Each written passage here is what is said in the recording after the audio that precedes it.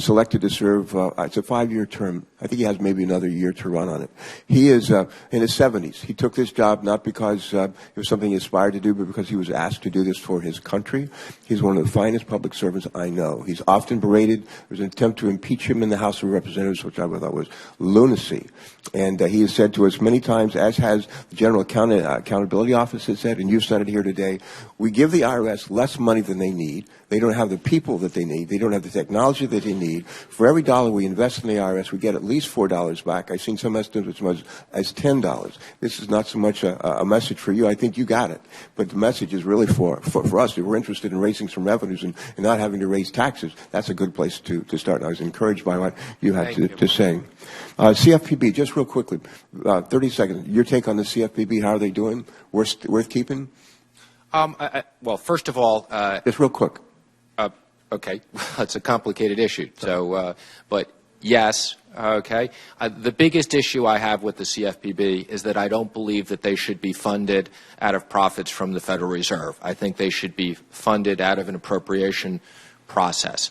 Okay, that's good. Thanks very much. When I think of that nurturing environment I mentioned earlier for job creation, job preservation, there are a lot of components to it. Among them are actually funding research, actually making sure that we're doing a good job protecting intellectual property, sensible tax code, common sense regulation, affordable health care, finding ways to get better results, maybe for a little bit less money. We've had people who suggested to us that one of the components can actually grow GDP is substantial investments in infrastructure. I've suggested for a number of years that we use an approach we've taken for years, and that is the people, the businesses that use our transportation system would actually pay for them. We've done that for a half century. I think that makes sense. There are other ideas as well. Vehicle miles traveled, where sort of like figure out how many miles vehicles traveling and assess a fee. There's different approaches to that. But there's some interest in the incoming administration, in infrastructure investment, and there's another time to talk about that. One of the things, ways to grow GDP or grow jobs is to export, do a better job of exporting our products and getting into other markets. The Trans-Pacific Trade Partnership, TPP, proposed to take down a lot of barriers overseas and enable us to have better access to those markets. And also at the same time, renegotiated NAFTA, as you may know. That seemed to me like a pretty good deal. And I understand that there's an interest in the administration renegotiating NAFTA. We did that in TPP. But your thoughts on trade policy, especially the Trans-Pacific Trade Partnership? Well, first of all, thank you. You've raised a bunch of very, very important issues. And I'm just going to ask you just to go to that one issue, if you would, please. And it's not a trick question. I wrote down 5 of them I wanted to comment on. Yeah, we just don't have time. Just on trade agreements. So on the trade agreements, I think, as you know, the President-elect is very much interested in free and fair trade. And as you've commented on, this is not about limiting imports. This is about growing exports as much as we can be. You've also commented on intellectual property. I think one of the biggest problems in certain of our trade agreements is our American intellectual property is not being kept and is being taken in foreign countries. You've mentioned NAFTA. The President-elect is very much interested in renegotiating NAFTA so that we can keep more jobs here. I think, as you know, he's picked up the phone and called many CEOs. I can't remember the last time a president or a president-elect did that and worked for the American workers. And I look forward to working with you in your office. You've raised some very, very important issues. Okay. And infrastructure, again, at the appropriate time. I'm happy to comment on infrastructure because that's very important to the President-elect. One last quick one. Comprehensive immigration reform. One of the things we've learned is not only can it grow GDP by infrastructure investments, smart infrastructure investments, and some of the other things I mentioned, but also comprehensive immigration reform. We're strongly urged by the business community for years to do it. Any take on that? Again, I think immigration and immigration reform is very important to the President-elect. It's not completely in my lane, but I've been with him, so I understand his views on that. And I think he looks forward to working with the House and Senate on a very important issue there. Well, if you don't share his views on comprehensive immigration reform, I would just ask that you mentor him a bit. Thank you. Senator Cardin. Mr. Mnuchin, first of all, thank you very much for being willing to serve your country. Appreciate it very much. I want to just follow up quickly on Senator Carper's point on the IRS. You do have allies on both sides of the aisle that will help you. There's good professional people that work there under very difficult circumstances. There are not enough people there. So I hope you'll be effective with President-elect Trump, because I understand he's calling on a freeze. I'm not sure how that coincides with your desire to make sure you have adequate personnel at IRS, but I assume that you'll have an opportunity to talk to the President and hopefully get the number of people you need, because they can't do it with their current workforce. I can assure you that the President-elect understands the concept of where we add people and we make money. Good. That he'll get that completely. That's a very quick conversation with Great. Donald Trump. I want to follow up on Senator Wyden's point on a couple issues. First, I wear another role in the Senate. I'm the ranking Democrat on the Senate Foreign Relations Committee. So I want to deal with these sanctions for one moment. I heard you in regards to enforcing the sanctions, particularly those that are aimed at dealing with those who sponsor terrorism. We also have sanctions against countries that are violating our international norms on democratic principles. Russia is top on that list. And I'm going to ask you questions for the record as to your views on the current sanctions and strengthening the sanctions. We have bipartisan legislation to strengthen the sanctions, particularly with Russia's attack against America's democratic election institutions. But I want to make sure I understand you are committed to enforcing the sanctions against Russia. 100% so. And I think the President-elect has made it very clear that he would only change those sanctions if he got, quote, a better deal and we got something in return, whether it was on nuclear arms or other areas. But yes, Senator, I've talked to you about this. In response to the question that was asked about using the IRS, make sure it's not used for partisan reasons, you will enforce these sanctions without regard to a person's party affiliation or office.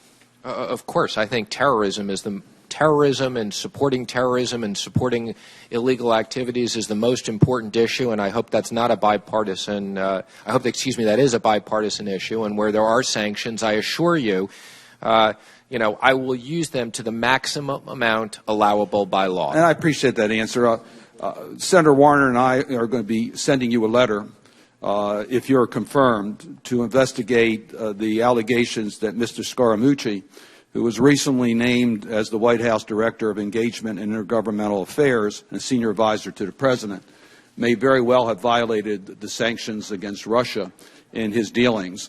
And I accept that you would investigate this issue to see whether there was a violation of the sanction law. Of course, anything that you send to me, I will either myself or make sure that my staff properly investigates and have your respect that I would do that 100%. I thank you for that. I want to follow up on the second point of Senator Wyden, which really has me concerned, and that is you pointed out that you would treat in your international roles an American company that's dealing in the foreign markets equally, even if it's a Trump enterprise entity. You're taking an oath to defend the Constitution of the United States. In the Constitution of the United States, there's the Emoluments Clause, and you have to make sure that if you're dealing with a Trump entity, that it's not getting a favor in exchange for trying to influence the President of the United States or the Trump administration. So how do you go about knowing that there's no special breaks being given to a Trump enterprise if you don't have full access to that type of information? Well, Senator, let me first say, and I think we all acknowledge this, whichever side we're on, that we are in a unique situation that we have a president who has the vast amount of money that we know that, and of course he's not doing what every other president has done. Every other president set up a blind trust or divest. What you're doing, if you're confirmed, divesting. That's what is required. He's not doing that. So my question to you: how do you, if confirmed, deal with compliance to the Constitution to make sure that a Trump enterprise is not getting a special treatment which would violate our Constitution? Well, Senator, let me first say, and I think this is a very important issue for the American public, so I can understand why you're asking it. But let me first say, I know that the President-elect is absolutely following the law and is committed to following the law and has set out a series of, although it's not a blind trust, he has removed himself from his business. He has put his sons in charge of his business. He's committed that there'll be no communication. Excuse me one second. He's going to hire an ethics officer, and I can assure you that in my job of Treasury Secretary, whatever responsibilities I have to monitor these issues, which are very important, I can assure you that I will do. But what you didn't answer is, and we'll follow up some questions. How do you determine, make sure there isn't a break given to a Trump enterprise, which would violate our Constitution? I understand it's comply with the laws, but the Constitution is the supreme law of the land. Well, as you know, I've employed lots of lawyers, but I'm not a lawyer. But the good news is we have a big group of lawyers in the Treasury Department and a big ethics group, and I can assure you that we will make sure that we absolutely follow the law and the Constitution, and I have every reason to believe that the President-elect absolutely wants to adhere to it and will do so. Senator Brown. Thank you, Mr. Chairman, and Ms. Mnuchin, thank you, and thank you for the conversation in my office about taxes. Thank you for meeting with me. Appreciate taxes in China and banking issues. And start with this. Let's clear up one thing. Banks are not, your words, highly incented to do modifications for their borrowers. That's why we had a systemic breakdown. It's why so many families lost their homes and banks were forced to pay billions of dollars in fines and remediation. So put that aside. I want to talk about your situation. I understand your defensiveness both in individual meetings, mine and others, and in this committee about what happened at OneWest, but let me lay this out. In 2006, businessman Donald Trump responded to a question about the possibility of a real estate crash by saying, quote, I sort of hope that happens because then people like me would go in and buy, unquote. Now, you didn't just buy properties. You bought the bank. You bought the ability to help families stay in their homes. That's not what you did. So my questions are these. You've been saying that OneWest is a success. Look at the record. I really want yes or no answers because I have a lot of questions. And what I will say is factual in my view. I'd like you to confirm with yes or no. Is it true that community groups say that OneWest, specifically the California Reinvestment Coalition, is it true that community groups say that OneWest foreclosed on 60,000 families nationwide and denied 3/4 of mortgage modification applications? I am not aware of that. I know they've objected. Well, they did. They did. Okay, is it true? Well, if you know they did, then why? Well, because I want to hear it from you. If you don't know it, that I don't have it in front of me. I'm going to keep interrupting because we don't have a lot of time. I apologize if you see that as rude, but this is the people's business. Okay, thank you. Is it true that OneWest regulators, that's the OCC, said that you had deficient mortgage practices, foreclosed on 10,000 plus borrowers without proper procedure, and at least 23 who were current on their mortgages?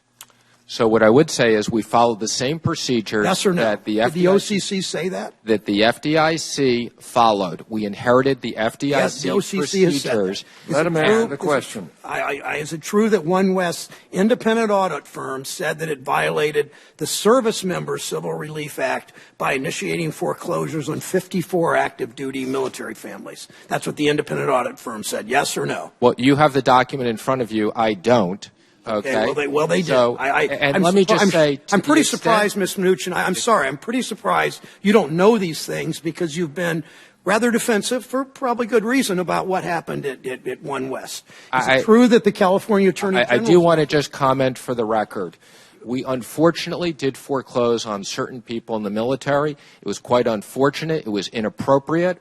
We responded to those people and made them whole. As I said, every single person had the opportunity to have their mortgage reviewed, and we corrected any errors. Well, our errors were less than anybody else. Okay, I'm going to cut it's you not off that again. I'm being defensive. I'm proud of our results. Well, I wouldn't be proud of all these findings, but is it true that the California Attorney General's office said that OneWest backdated 96% of the documents they examined, and then you aggressively obstructed their investigation? That's what the Attorney General's office said. Did they say that? So first, let me comment that I saw the leaked memo as you did. I think it's highly inappropriate that somebody at the Attorney General's office would... So is there no truth in that about backdating 96%? Again, what I would say is the primary regulator was the OCC.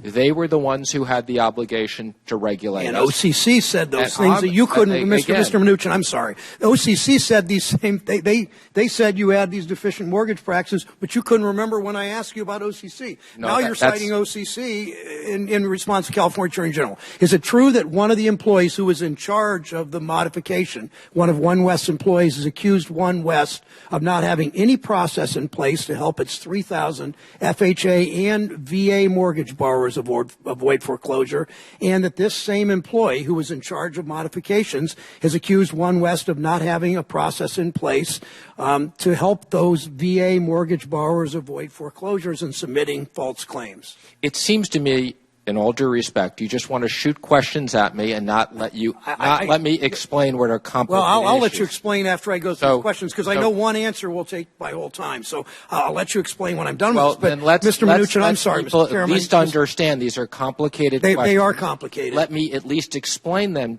Otherwise, there's no point in shooting them all at me, and I don't have the ability to respond. Okay, you don't, but all of these are factual things if you want to follow up with a response later in more detail. One example of and you can answer this and take as long as you need. One example of an insider loan was the Relativity Media deal. The FBI denied a FOIA request related to Relativity Media, where you were co-chair citing enforcement procedures. Have you been questioned by law enforcement on this, yes or no? I have not, and I saw that you wrote that letter yesterday. I assume that the FBI did a thorough review of my background report. I have no idea why they didn't approve the FOIA issue. I've been told that we have no reason to believe it's any issue associated with me. Fair enough. But you should direct that to the FBI. Okay, and I will. When I accept your answer. I accept your answer. You're not being investigated. But I find it interesting that you know about the letter I sent yesterday, the letter I sent with all those questions detailing all of the issues that I just asked about with Bank West, OneWest, I apologize. That's right. My father forgot the name sometimes as well. But the letter I sent you back in early mid-December about this, you've not even taken the time to answer, and it really laid out all this. I think the issue is the OneWest purchase went well for the Treasury Secretary designee, but it was a disaster for homeowners, for employees, for investors in Relativity, and for taxpayers. We can talk more about taxpayer cost on this whole process and the amount of money that he bought it for, sold it for, but mostly subsidized by taxpayers. Hey, Senator, your time is up now. You take as much Chairman, time as you want to answer the question. Thank you very much. First of all, Senator, I did enjoy meeting you. Thanks. I don't believe we had the opportunity to meet before that time, and if I'm confirmed, I look forward to spending more time with you. Thank you for saying that. I know that you have some, although we may not agree on everything, there were certain things we did agree on when we met, and I have a lot of respect as you as a senator to hear your issues. Now, I did tell you, I did acknowledge that you sent me the letter.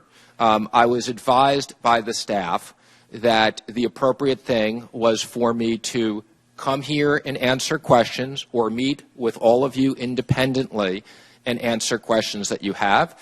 And if I don't satisfy that, you have the ability to submit questions afterwards, which I will respond to. When I came to your office, I told you that, and I said that I would spend as much time with you as you wanted answering those questions, that they were quite significant. Yes. And, because I knew they were complicated. So I did tell you, although I wouldn't respond to them in writing at that point, that I did understand your questions and I wanted to address them. Senator Thune. Thank you, Mr. Chairman. Mr. Mnuchin, welcome.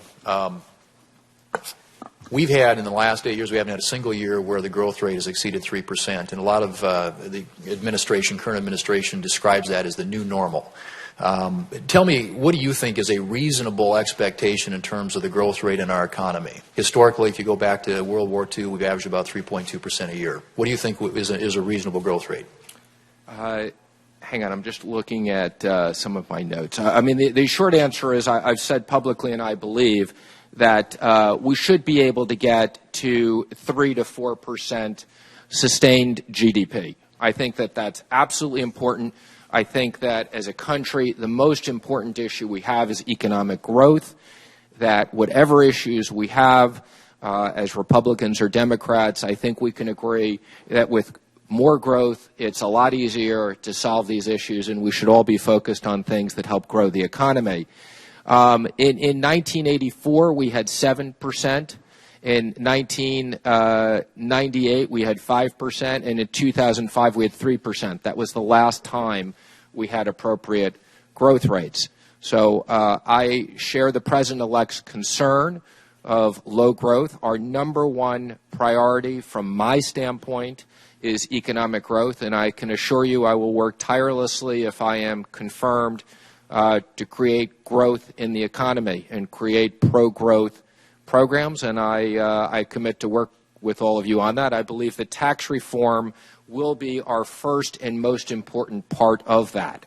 Yeah, and the President-elect has identified tax reform, reg reform, lessening the regulatory burden too, as two areas that I think we can, unleash the economy and achieve a higher level of growth.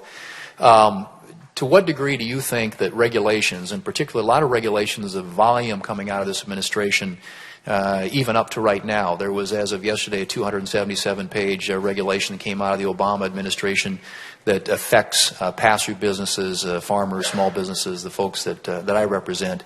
And there was also in September, we sent a letter to Secretary Lew basically trying to get him to withdraw some regulations that dealt with valuation discounts that impact the estates and makes it very difficult for a small business or a farmer or rancher to pass it on. When you get over there, are you going to hopefully look at withdrawing those types of regulations and undoing a lot of the harm, economic harm, I think, and frankly, what has adversely impacted the growth rate in this economy as quickly as possible? Absolutely, and I will tell you, both I and the President-elect believe in appropriate regulation, but that in many areas of the economy, not just in financial services, there is excess regulation that is inhibiting jobs and growth and hurting the American workers, and we're committed. And specifically on what you've mentioned, on the IRS regs on family businesses, I am committed to work with you in your office. We want to make sure that that we cover the appropriate loopholes, so that if people have businesses set up to avoid taxes, it's one thing and they're not real operating business. But any operating business, we need to make sure that people who own minority interests in operating businesses, that the valuation for tax purposes are reflected appropriately. And anybody who follows the markets knows that there's a significant difference between control and non-control, and the IRS should follow fair valuations. So we should make sure we collect the most money and not have lots of loopholes. But on the other hand, we need to reflect fair valuations. Okay. Senator Card and I chaired in the last Congress a working group on business tax income, and one of the issues that came out of that is, if we get into comprehensive tax reform, and I hope that we do, how do you treat pass-through businesses? To me, that's one of the most important questions. 90% of the businesses in this country are organized as pass-throughs.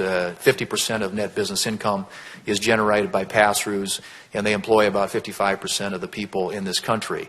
And so as we think about tax reform, I guess I'm asking you if you'd commit to work with us to ensure that pass-through businesses are treated fairly, and that whatever we come up with in terms of policy reflects the economic impact that LLCs and partnerships and sub-Chapter S corporation businesses are organized in that manner have on our economy. Absolutely. And not only am I committed to it, but I've actually spent a lot of time on this issue already.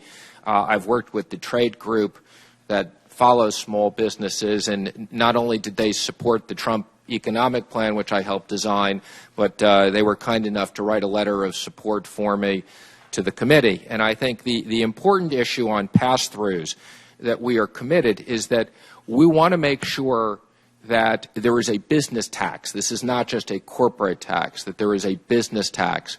If there are large pass-throughs that earn tens of millions or hundreds of millions of dollars, we want to make sure that they keep the money in the company, okay, as an incentive, and that they don't use pass-throughs as a way to get lower taxes than they would pay as personal income tax, and we want to make sure that hedge fund managers don't use pass-throughs, again, to avoid what would be higher personal income taxes. But we are absolutely committed, and we've spoken to many small businesses and entrepreneurs to make sure that they are protected and they get the benefit of the business tax. So I appreciate your concern. We've heard this loud and clear on the campaign trail, and I can assure you it's something we're committed to work with you in your office on. Yeah, thank you. Keep that focus on growth. That's what we'll get that growth rate back up. Thank you. Senator Toomey is next.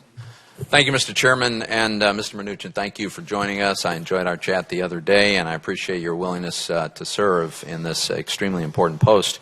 Mr. Chairman, I want to thank you for observing some not too distant history, the fact that our current Treasury Secretary had investments in the Cayman Island, and maybe my memory fails me, but I don't remember the outrage from my colleagues on the other side when it came to his circumstances, so there seems to be a bit of a selectivity on the part of that.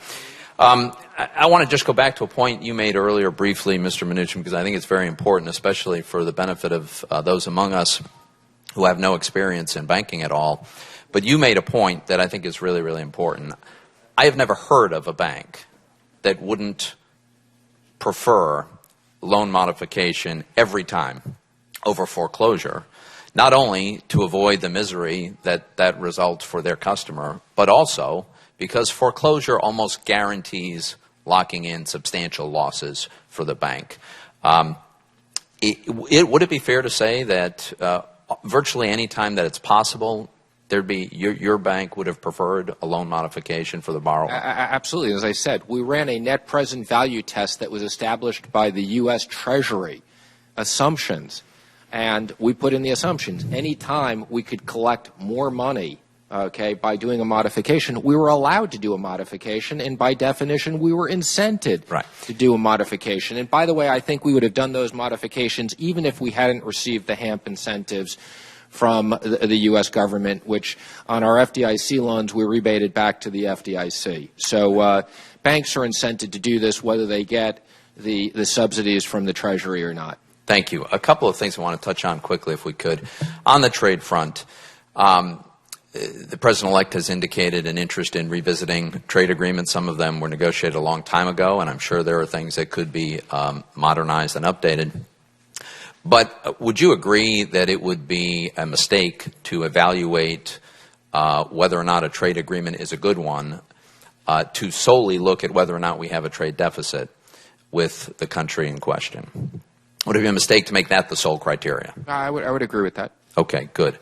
Also, would you agree that many of the periods of strong economic growth that we've had in recent decades have corresponded to periods of a strong dollar, and that often, if our economy is performing well and the world perceives our economy to have a bright future, the inevitable result will be a stronger dollar? Yeah, let me just comment on that, because I think that the U.S. currency has been the most attractive currency to be in for very, very long periods of time. I think that it's important, and I think you see that now more than ever. The currency is very, very strong, and what you see is people from all over the world wanting to invest in the U.S. currency. I think when the President-elect made a comment on the U.S. currency, it wasn't meant to be a long-term comment. It was meant to be that perhaps in the short term, the strength in the currency as a result of free markets and people wanting to invest here may have had some negative impacts on our ability in trade. But I agree with you. The long-term strength over long periods of time is important. And again, that's a reflection of, I believe, we have the most attractive investment environment in the world, and we just have to protect our U.S. companies so that they're not forced abroad. Last point I want to make, running low on time here, is the many failures of Dodd-Frank, in my view, include Title II, which I believe is a codification of a mechanism to require future bailouts from taxpayers in the event that a large financial institution should fail again.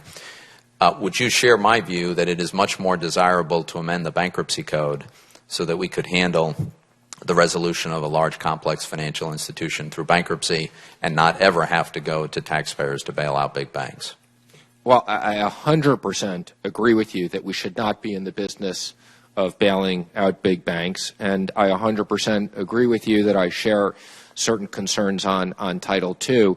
I think we need to look at the bankruptcy code and what we can do as an alternative. But I would just comment, okay, that the bigger issue is for long, long periods of time, the FDIC was able to take over and resolve banks when the regulators determined that there were issues. And one of the big problems we had during the financial crisis was the intermingling of banks and holding companies and complex securities. So I don't necessarily, I think if we have proper regulation, a lot of the need for Title II also goes away. I see I've run out of time. Thank you, Mr. Chairman. Senator Bennett. Thank you, Mr. Chairman. Thanks for holding this hearing. Thank you, Mr. Mnuchin, for your willingness to serve and for your meeting yesterday. Just for clarity, so the Wall Street Journal yesterday, dollar sinks as Trump talks it down. Do you believe the dollar is too strong? Again, I believe in the short term, okay? Would you, as Treasury Secretary, are we ever going to hear you say that the dollar is too strong? As Treasury Secretary, I don't see it as my role, okay, commenting on the dollar on short-term movements. I have commented on what I believe are the long-term. Let me ask you a different question. In 2011, due to the dysfunction in Congress, we almost failed to raise the debt ceiling here. And as a result, a rating agency downgraded our nation's debt for the first time in history. The stock market lost 17% of its value and didn't recover for almost a year, and consumer confidence fell 22% in just a few months, a completely self-inflicted wound on the American economy. This unforced error hurt Americans' retirement savings and dealt a blow to both growth and job creation. During the campaign, Mr. Trump suggested he could somehow refinance or renegotiate our existing debt. While he walked away from the idea initially, later in the campaign, he again suggested the country could pay our creditors less than what they're due. Specifically, he said, quote, "You go back and say, hey, guess what? The economy just crashed. I'm going to give you back half." He also suggested the United States never has to default, quote, "because you print the money." Do you agree with these statements? Senator, first of all, thank you for asking the question about the debt ceiling, which I do want to comment on. Good. I think I've got another question. I think it's a very important issue for all of us, and if I'm lucky enough to be confirmed, okay, will be something. Please don't filibuster. I appreciate that. The president has made it perfectly clear, and I think it's perfectly clear that honoring the U.S. debt is the most important thing. Okay, so and then that I hope that when we get to the point, if I'm confirmed, that we have to have the debt ceiling, that we won't go through another one of these issues, because there are certain things that I would have the power to postpone this. But I firmly believe the U.S. has the obligation to honor its debt. Then can you commit to working with the Congress to pass a clean debt ceiling? I will commit to absolutely work with the Congress, the House, and the Senate so that we don't get to the last minute and run out of money. Is that a yes? We will commit to passing a clean debt ceiling? I don't know your technical issue of what a clean debt ceiling is. The debt ceiling? But let me be clear. I would like us to raise the debt ceiling sooner rather than later. That's fair enough for me. So that, Thank you. We don't run a risk of defaulting. I'm grateful for that answer. Thank you. The Nonpartisan Tax Policy Center found that the President-elect's Trump tax plan would increase the debt by $7.2 trillion over 10 years. The President-elect has also proposed increasing defense spending, has said that he will not touch entitlements like Medicare or Social Security. So far, he's only suggested reducing spending on non-defense discretionary spending. In 2015, as you know, non-defense discretionary spending comprised about 16% of the budget, about $583 billion. This includes funding for veterans benefits, transportation, our national parks, and our investments in research. So even if we didn't spend a single penny on any of these priorities for an entire year, which I would not suggest, but even if we didn't, that would only pay for about 8% of Mr. Trump's tax plan.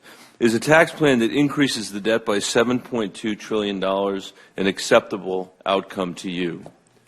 I believe the $7.2 trillion number was the first tax plan and not the second tax plan. I believe it scored dynamic closer to $2 trillion. The first tax plan was $11 trillion. The second, I think, was $7.2. Well, you must be referring to static and not dynamic. The dynamic number was closer to $2 trillion. But the dynamic is $3.6 trillion. So in any case, what we're doing is adding mountains of debt. Let me just comment that I have discussed the debt with President-elect. We are both concerned that we've gone from $10 trillion to $20 trillion of debt. We think that the way to reduce the debt is by economic growth, and that will create the opportunity for us to pay down the debt. Now, let me just make a comment on the tax plan. Just to be clear on that, though, Senator Thune said well that our history, in our history, the average growth rate we've seen is about 3.2%. It'd be great to get to 4%. You said between 3 and 4, but there's no way that's going to fill the gap that is projected in these tax plans. Well, and I can accept the fact that the President-elect may have changed his mind or you differ with him. I'm just trying to understand whether you would find it acceptable to bury the American people under this kind of proposed debt. Again, I think, as you know, we had a rather modest campaign staff relative to the other people out there. Okay, so one of the things I look forward to, if I'm confirmed, is having access to all the people at Treasury who are able to model these things. So we were forced, we had some internal models, but we were forced to rely upon external models. Certain of the assumptions we agreed with, certain of the assumptions we didn't agree with. I think what's important is that President Trump has a pro-growth economic tax plan, and we are sensitive to the costs of that plan. Yesterday, I did have the opportunity to meet with Senator Wyden, and we talked about the process for tax reform. I will be the person from the administration taking the lead on that, and I would look forward to working with the House and the Senate, both Republicans and Democrats, to move forward on tax legislation. I'm out of time, Mr. Chairman. I realize that. I wanted to just make one observation, which is that Mr. Mnuchin, in fairness to him, has twice praised the employees of the Treasury Department today, and I just want to say that that's a refreshing and welcome change from what we have heard up until now in a lot of these hearings. Senator Isaacson. Thank you very much, Mr. Chairman. Mr. Mnuchin, welcome. I'm sorry I've been in and out of the room, but I've been listening outside while I've been outside, so I think I'm pretty much up to date. And I'm really going to talk to you about something I had not prepared myself to talk about until I heard some of the other questions and testimony that went on. I want to talk about the mortgage-backed securities, Fannie Mae and Freddie Mac in 2008. Your purchase of IndyMac was in 2008, is that correct? Yes, it was in December of 2008 we committed to it. And the beginning of the crisis really was in July of 2008 when Merrill Lynch drove down their portfolio of subprime securities by 71 cents on the dollar. Is that not correct? I think that's correct. And it started a domino effect around the world that collapsed the mortgage-backed securities and their value. Is that not correct? That is correct. When you purchased IndyMac, it had a number of those loans in its portfolio. Is that correct?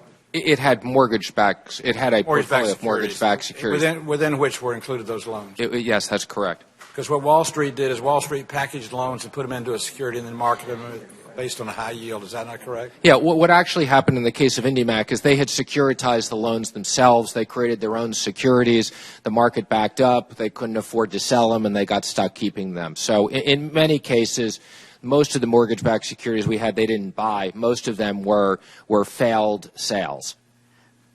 Is it not true that the Freddie and Fannie guaranteed and insured loans pretty much at the direction of the Congress of the United States when it came to the affordable housing loans? Well, is it not true that Congress directed them to have a larger percentage of affordable housing loans in their portfolio? Absolutely, and I believe that's unfortunately what led them to buy a lot of bad loans. Well, what I want everybody to understand when they're talking about these mortgage issues, I was in the real estate business for 31 years and was of course, in Congress at the time this went on. But what happened in a lot of these loans is that they were made because of the inducement or the direction of Congress to take more of them. What was called an affordable housing loan ended up being a subprime loan, if you will, which ended up being a high-risk loan, which ended up having a high interest rate on it, which with a high coupon was packaged together into securities and sold around the world. Is that not correct? It's true. I mean, these loans had all different types of acronyms. They were low docs. They were subprime. They just should have been called bad loans. That's what they were. And your Indy Mac, as I remember and I recall, tried everything it could to recalibrate those loans, restructure those loans, and renegotiate those loans to keep as many as possible from not going into foreclosure. Is that not right? That's true, and not only for the loans that we owned, but loans that we serviced for Fannie Mae and Freddie Mac. Matter of fact, the one person who came to my home and protested at my home, it was a Fannie Mae loan, and I wasn't able to do anything about that, and it was through my multiple calls to Fannie Mae that I was able to get a loan modification for that person. But many times people thought we owned the loans, and we did not. They were owned by Fannie Mae and Freddie Mac and other security holders. And the main point I want to make for the sake of this argument, and I'm sure a lot of the questions you're going to get, is a lot of these loans were originated at the auspices of or with the encouragement of the United States government and the Congress of the United States. That's what made, and they were called affordable housing loans. A lot of people bought those loans that had been made by somebody else when they bought an institution, so they inherited the problem. They didn't originate the problem. There's a world of difference between originating a loan and buying a loan. Is that not correct? That's correct. I can assure you that the loans that we originated on the mortgage side going forward were good loans and had nothing to do with those terrible legacy loans. So thank you for pointing that out. That's the important point, because if you originate something, you own it. But if you acquire something that's a bad debt or a bad piece of paper, you're shame on you for buying it, but it's not your problem for creating it. And that's the important thing to know. Is that not correct? That is true, Senator. Thank you. And when I say shame on you, I don't mean shame on you in that you did something wrong. I mean shame on you in that you inherited something that was wrong by buying something that was good. So yes, I understood that. Thank you for pointing that out. One last point. I hope I made that as clear as I could. One last point. I have been told by my state director of revenue that the IRS is not sending out, that the federal government is not sending out W-2 forms to the state revenue departments in the United States. Is that not correct? Correct. When you become Treasury Secretary, I would hope you would pay attention to that and try and direct them to start going back to do that, because the only way we can keep bogus loans and intrusion into our portfolios is for the people to get back their income tied to their Social Security, and the federal government to get their report on that at the same time, or IRS to get it at the same time. So if you would work on seeing to it that those practices are ended somewhere around the country, I would appreciate it greatly. Thank you. I'll be committed to work with you and your staff on that. That sounds like a very important issue. Thank you for your willingness to serve, and congratulations on your nomination. Thank you, Senator. Senator Heller. Thank you, Mr. Chairman, and Mr. Mnuchin, to you and your family. Welcome to the hearing today. Since the beginning of the Great Recession, no state was hurt harder than the state of Nevada, and you're probably well aware of that. We led the country in bankruptcies, foreclosures, and unemployment. So you can imagine that we're a little sensitive as to who becomes the next Treasury Secretary, having gone through that over the last 8 or 9 years. You came into my office in January, on January 4th, and we had a good discussion, and I appreciate the visit. I asked you some questions, and I'd like to ask you the same questions today. Absolutely. And the question was, how many Nevada homes were in OneWest Bank's portfolio? Yeah, unfortunately, and I'll go back and request that information from the bank. I no longer have that information, but I will work with the bank to try to get that for you. How many Nevadans did OneWest Bank foreclose on while you owned the bank? Again, I have the information that's in public reports, but I'm absolutely committed to go back and get that information for you from the bank. So I apologize, I don't have that with me today. And I do appreciate how hard your state was hit in the foreclosure crisis. Do you know how many Nevadans OneWest Bank provided assistance to through loan modifications? Again, I'll go back and try to get all that information. Here's the reason why I ask you these 3 questions over again, is that this is the 7th time I've asked. So I asked you when you were in my office, and I had my staff follow up on it, 3 times by text and twice by phone, and we still can't get the answers to these questions. And I'm not quite sure with 2 weeks, well, your own comments were that you guys had responded to 5,000 pages. 5,000 pages of question asked. Why were these 3 questions not asked if you had 5,000 pages of questions that you answered? Well, first of all, let me apologize to you because I do recall you asking them in your office, and there's no excuse they haven't been answered. I was not aware of that my staff also got those questions, so I apologize to you, and I assure you personally that as soon as I get out of this hearing, I will request that information from the bank. We were responding to a lot of other information, so I apologize. This is important to you, and you have my commitment that we will get that. In 2008, when OneWest purchased ND West, can you tell me what motivated that transaction? Was it a way to save the bank?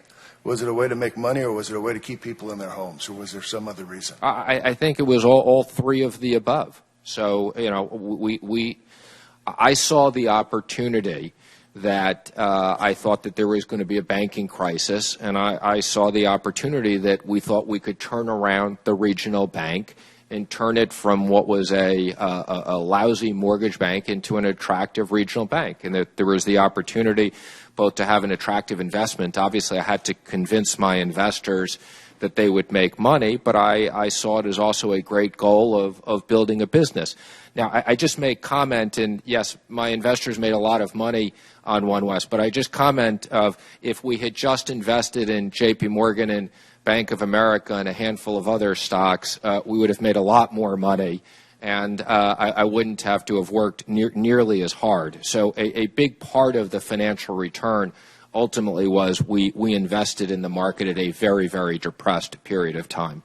Were you motivated, or let me ask you this way, was it an objective of OneWest Bank to foreclose on Nevadans in order to receive compensation from the FDIC in their shared loss agreement? No, quite the contrary. So again, when we bought IndyMac from the FDIC, it was inherent in these agreements. We committed to do loan modifications. So when we bought the bank, that was the agreement. Again, as I've said before, we were proud of loan modifications started there, and we actually had a bunch of incentives, whether it was HAMP incentives or other things in the loss share agreement, where it was actually much better for us to do loan modifications. So as I've said before, I can assure you that what prevented us from doing more loan modifications was either the net present value test or was what was the qualification. So we were required to get updated income, and people had to be able to effectively requalify for the loan. So as I've said before, not only from a social basis did I want to keep people in their homes, but we were economically motivated to do that. How much did the FDIC pay OneWest for the losses? What do you mean by how much did they pay us for the losses? What was the compensation from the FDIC for foreclosing on homes? In the shared loss agreement. So what we did, the way the shared loss agreement, and again I would comment, I think there's been like 400 shared loss agreements. I think according to the FDIC's public data, they believe that they saved $40 billion by using the shared. The answer is $1.2 billion. $1.2 billion. No, but that's after we absorbed $2 billion of losses. So you're not saying that that's not a motivation to foreclose on a home is $1.2 billion.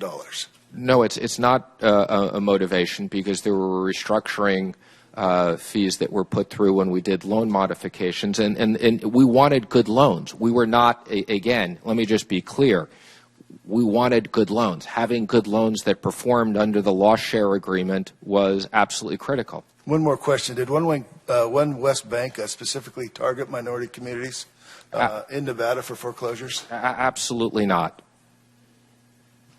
Mr. Chairman, my time's run out. Your time is up, Senator Casey. Mr. Chairman, thank you very much. Mr. Mnuchin, appreciate you being here with your family. And I wanted to start with a subject that you've already answered some questions about, the issue of mortgage foreclosures, but also modifications. I'm holding in my hand I guess, a 4-page, if you look at both sides, document entitled, and this is a Channel 4 in Pittsburgh investigative report just announced this week, quote, Trump pick for Treasury Secretary foreclosed on hundreds of homeowners in western Pennsylvania. It's dated January the 16th. Mr. Chairman, I would ask consent to have this part of the record. Without objection. Let me just read you part of it, Mr. Mnuchin, because I know sometimes when these reports refer to individuals, you may know them, you may not. I'm not going to ask if you know this person, but here's just a couple of excerpts, according to Channel 4 in Pittsburgh. Nellie Malinik lost her husband to cancer, lost her son to an overdose, and then she lost her home to OneWest Bank. She says, and I'm quoting from her words here, one thing I'll never get over is my son's death. She lives in Westmoreland County, just a little bit east of Pittsburgh, in Ruffsdale. That's the name of the community. Here's what Nellie hoped would have happened. She said, and I quote, they, meaning OneWest, they should have worked with me to meet a payment that I could make. The report goes on to say she filed bankruptcy, but even then could not save her house. She said it caused her, quote, a lot of depression. And then it lists a couple of examples from other communities that were foreclosed on. A house in White Oak was foreclosed in 2014, a house in North Versailles in 2013, a house in Penn Hills in 2012, a house in Pittsburgh in 2011. But again, the headline says hundreds of homeowners in western Pennsylvania. Depending on where you draw the line, that's probably 10 counties roughly. So one region of a state of 67 counties. One of the reasons I highlight that is to, number one, focus on the impact that those foreclosures had on one community in one state, but also to ask you some questions just so I can make sure the record is clear to the extent that we can get to these in this line of questioning about modifications and foreclosures. One of the statements you made in my office when we met, and I appreciated the time we had, you said that OneWest, quote, did lots of modifications, unquote.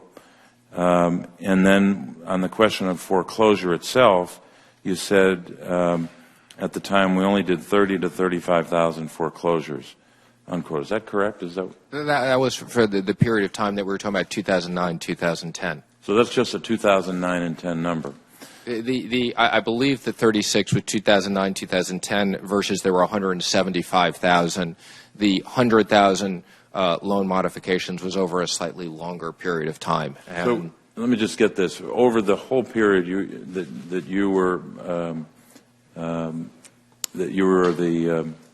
leader of OneWest, how many foreclosures total nationwide? I don't have that, but I can find the number. But let me just comment, since there's a lot of talk about this foreclosure business.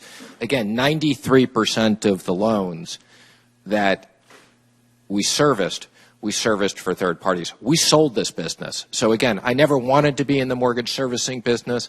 I didn't want to be in the reverse mortgage business. I wanted to build a regional bank. So OneWest is no longer. We sold years ago the servicing business because we didn't want to be in that. We sold that business to Ocwen.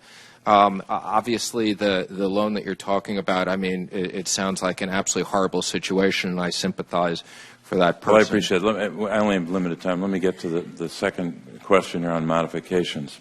There seems to be some discrepancy here about the numbers on modifications. You say in your testimony today, and I'm quoting you here at the bottom of page 2, ultimately OneWest extended over 100,000 loan modifications to delinquent borrowers. Now, extended isn't the same as a modification. You'd agree with me, wouldn't you? No. Extended means they were put on modifications. That's not a completed modification. No. Again, they were offered and they were put on a loan modification. But in fact, according to a document that I'll also make part of the record, this is a one-page document from HAMP the home affordability modification program, that, Mr. Chairman, I would ask that it be made part of the record, making home affordable summary results. That's the name of the document.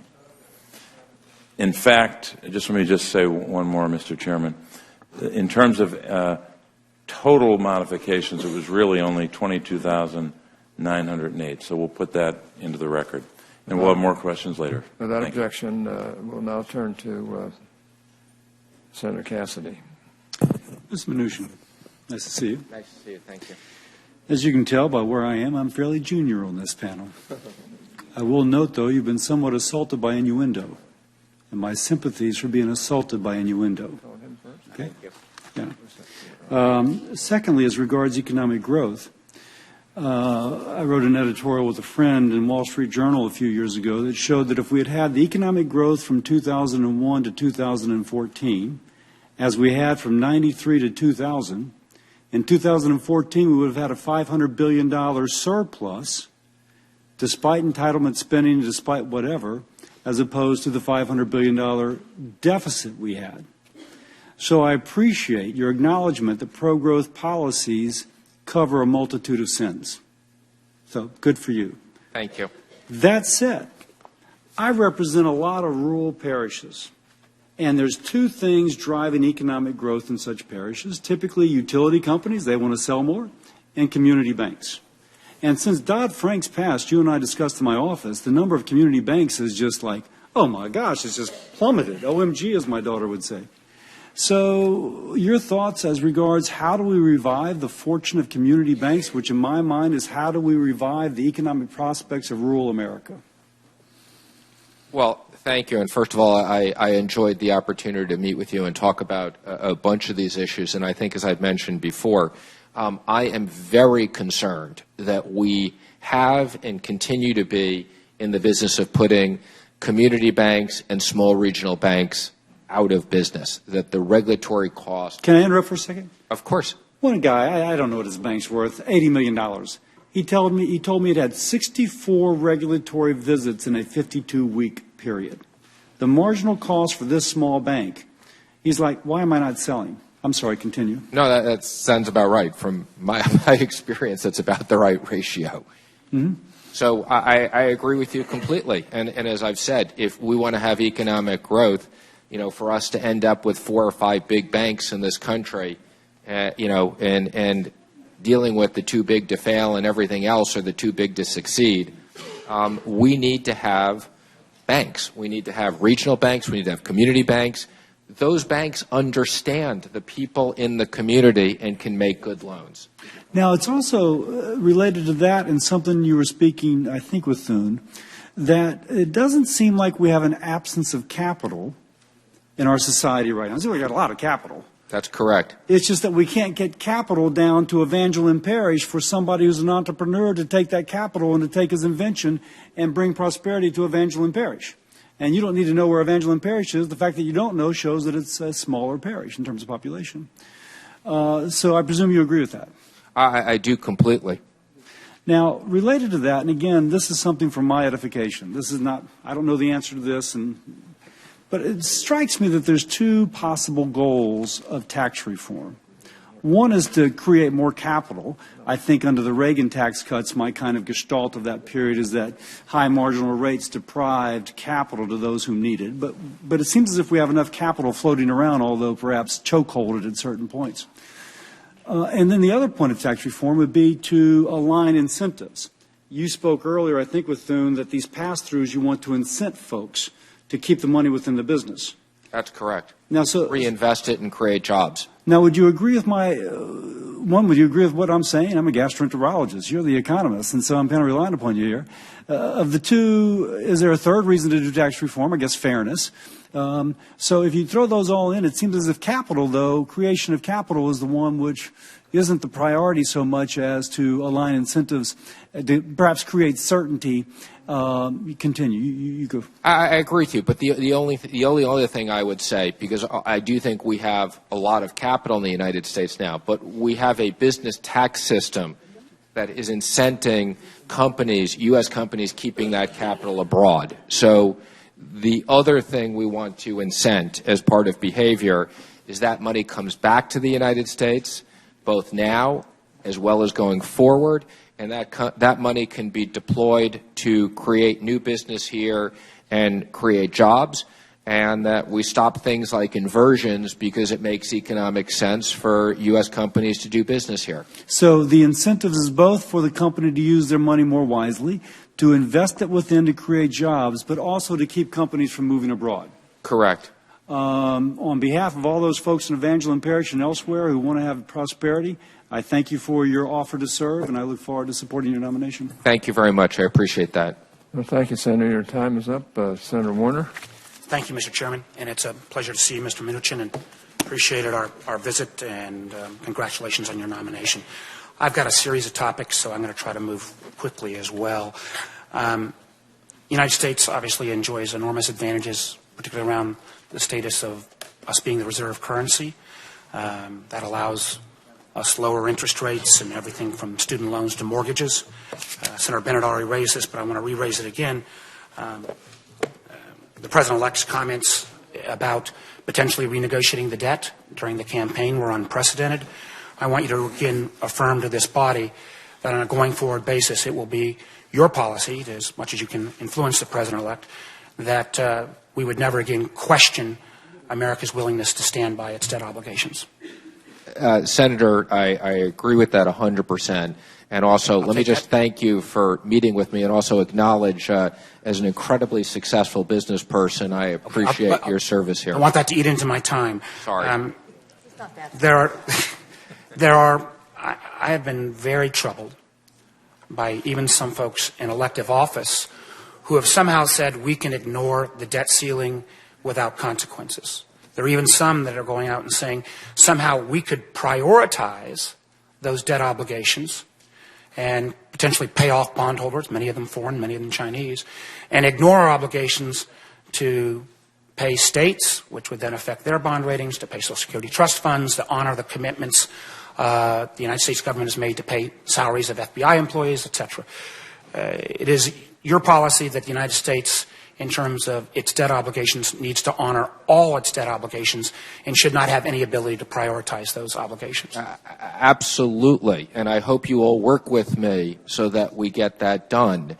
We've already spent the money. We have the obligations. There should be no uncertainty that we are paying the bills. I think that is extraordinarily important, and those who somehow argue for prioritization would wreak havoc in the financial markets. I want to re-raise again what Senator Bennett raised. Clearly, if you get this role, words that you say and the President-elect will say will have consequences. We've already seen this. The actions of the President-elect in terms of commenting on the strength of the dollar, unprecedented. No president, Democrat or Republican, has ever done this before. It has effects. Now, you will simply be a senior advisor in the cabinet of the President, but how do we ensure, since words have such consequences, that there will be an ability for the Trump administration on economic policy to try to speak with a single voice?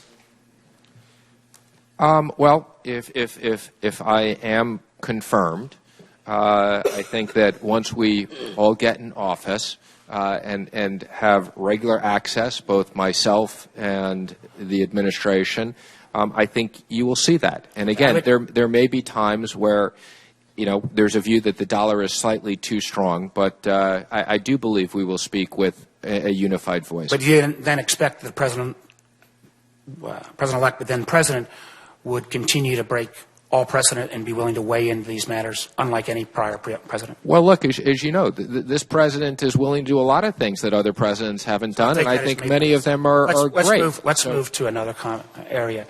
One area that I've had a huge amount of concern and interest in, and I know Senator Crapo and a number of us on this panel, is on Fannie and Freddie.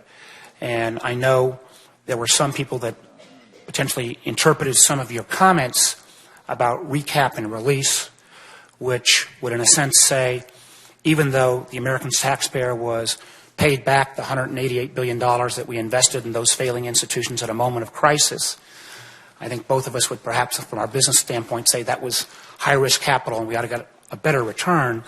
But somehow those who simply say, let's refloat these two entities and basically ignore some of the underlying challenges.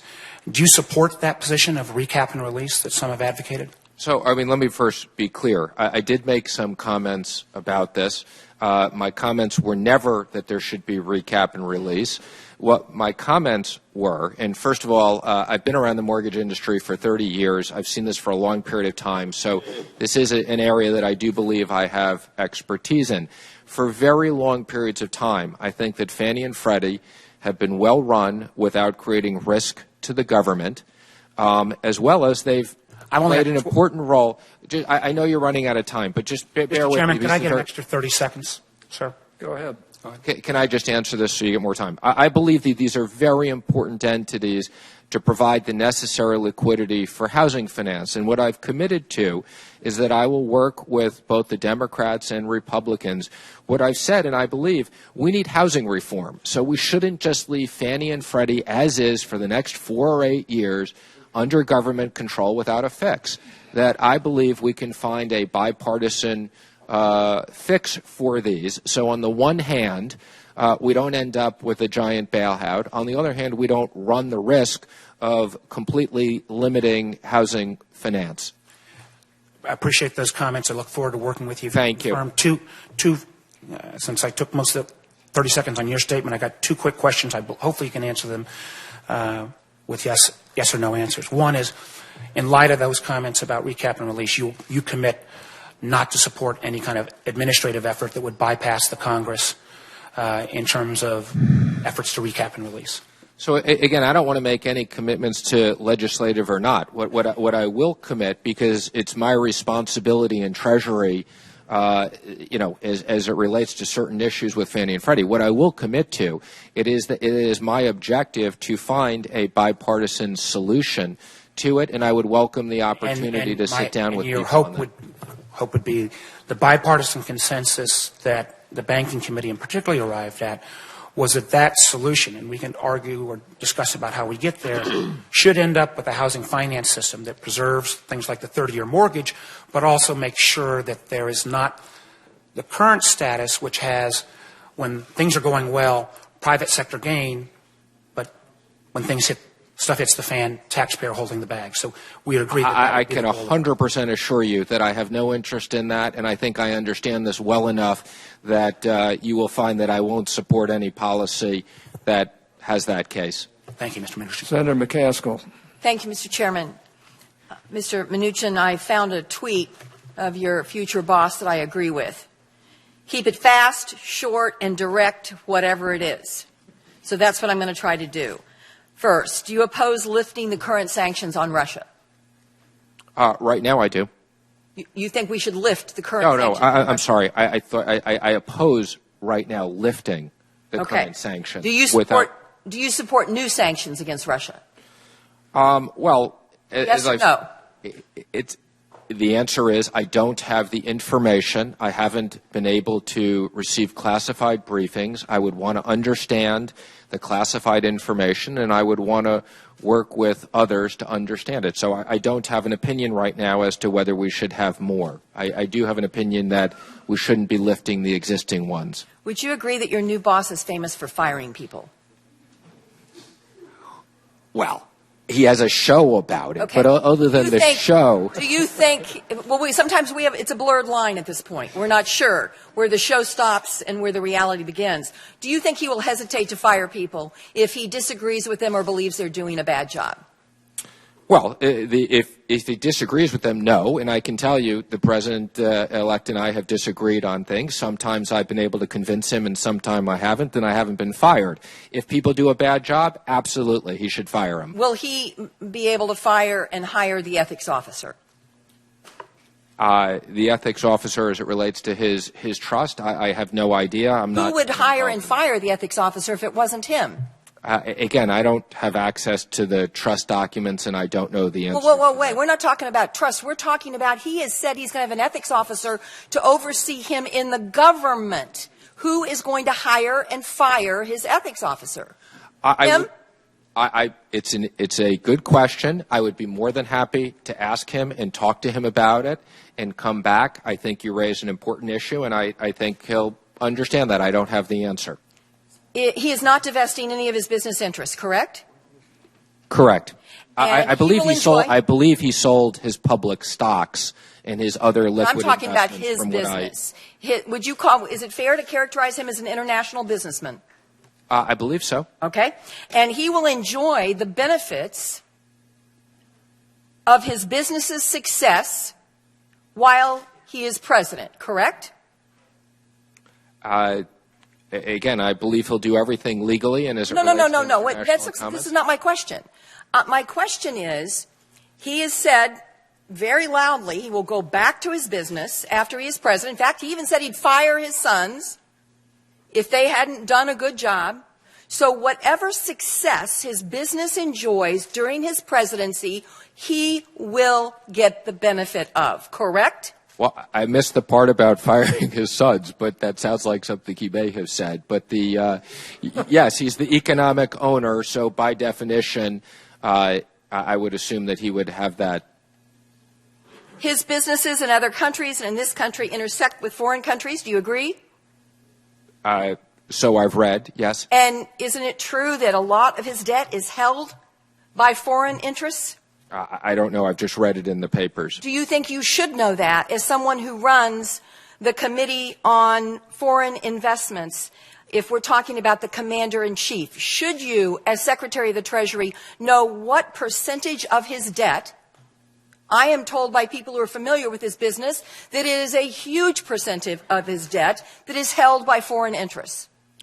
Well, as I said, if I am confirmed, I assure you that I will make sure that the requirements of the Constitution are upheld, and I think you have a valid point about foreign debt and understanding foreign things, and if I'm confirmed, I will research that and get back to you. Okay, so what I want to get a commitment from you today is that you will report to this committee what percentage of the debt against the Trump enterprises is held by foreign interests. That is your job as the Secretary of Treasury, and your commitment that you will report to this committee as soon as you are able to get that information from the new president. I'm not making the commitment today to report to the committee on anything, but what I am willing to do is, to the extent I am confirmed, I am willing to speak to the chairman and make sure that whatever the committee thinks it needs, I will discuss with the president.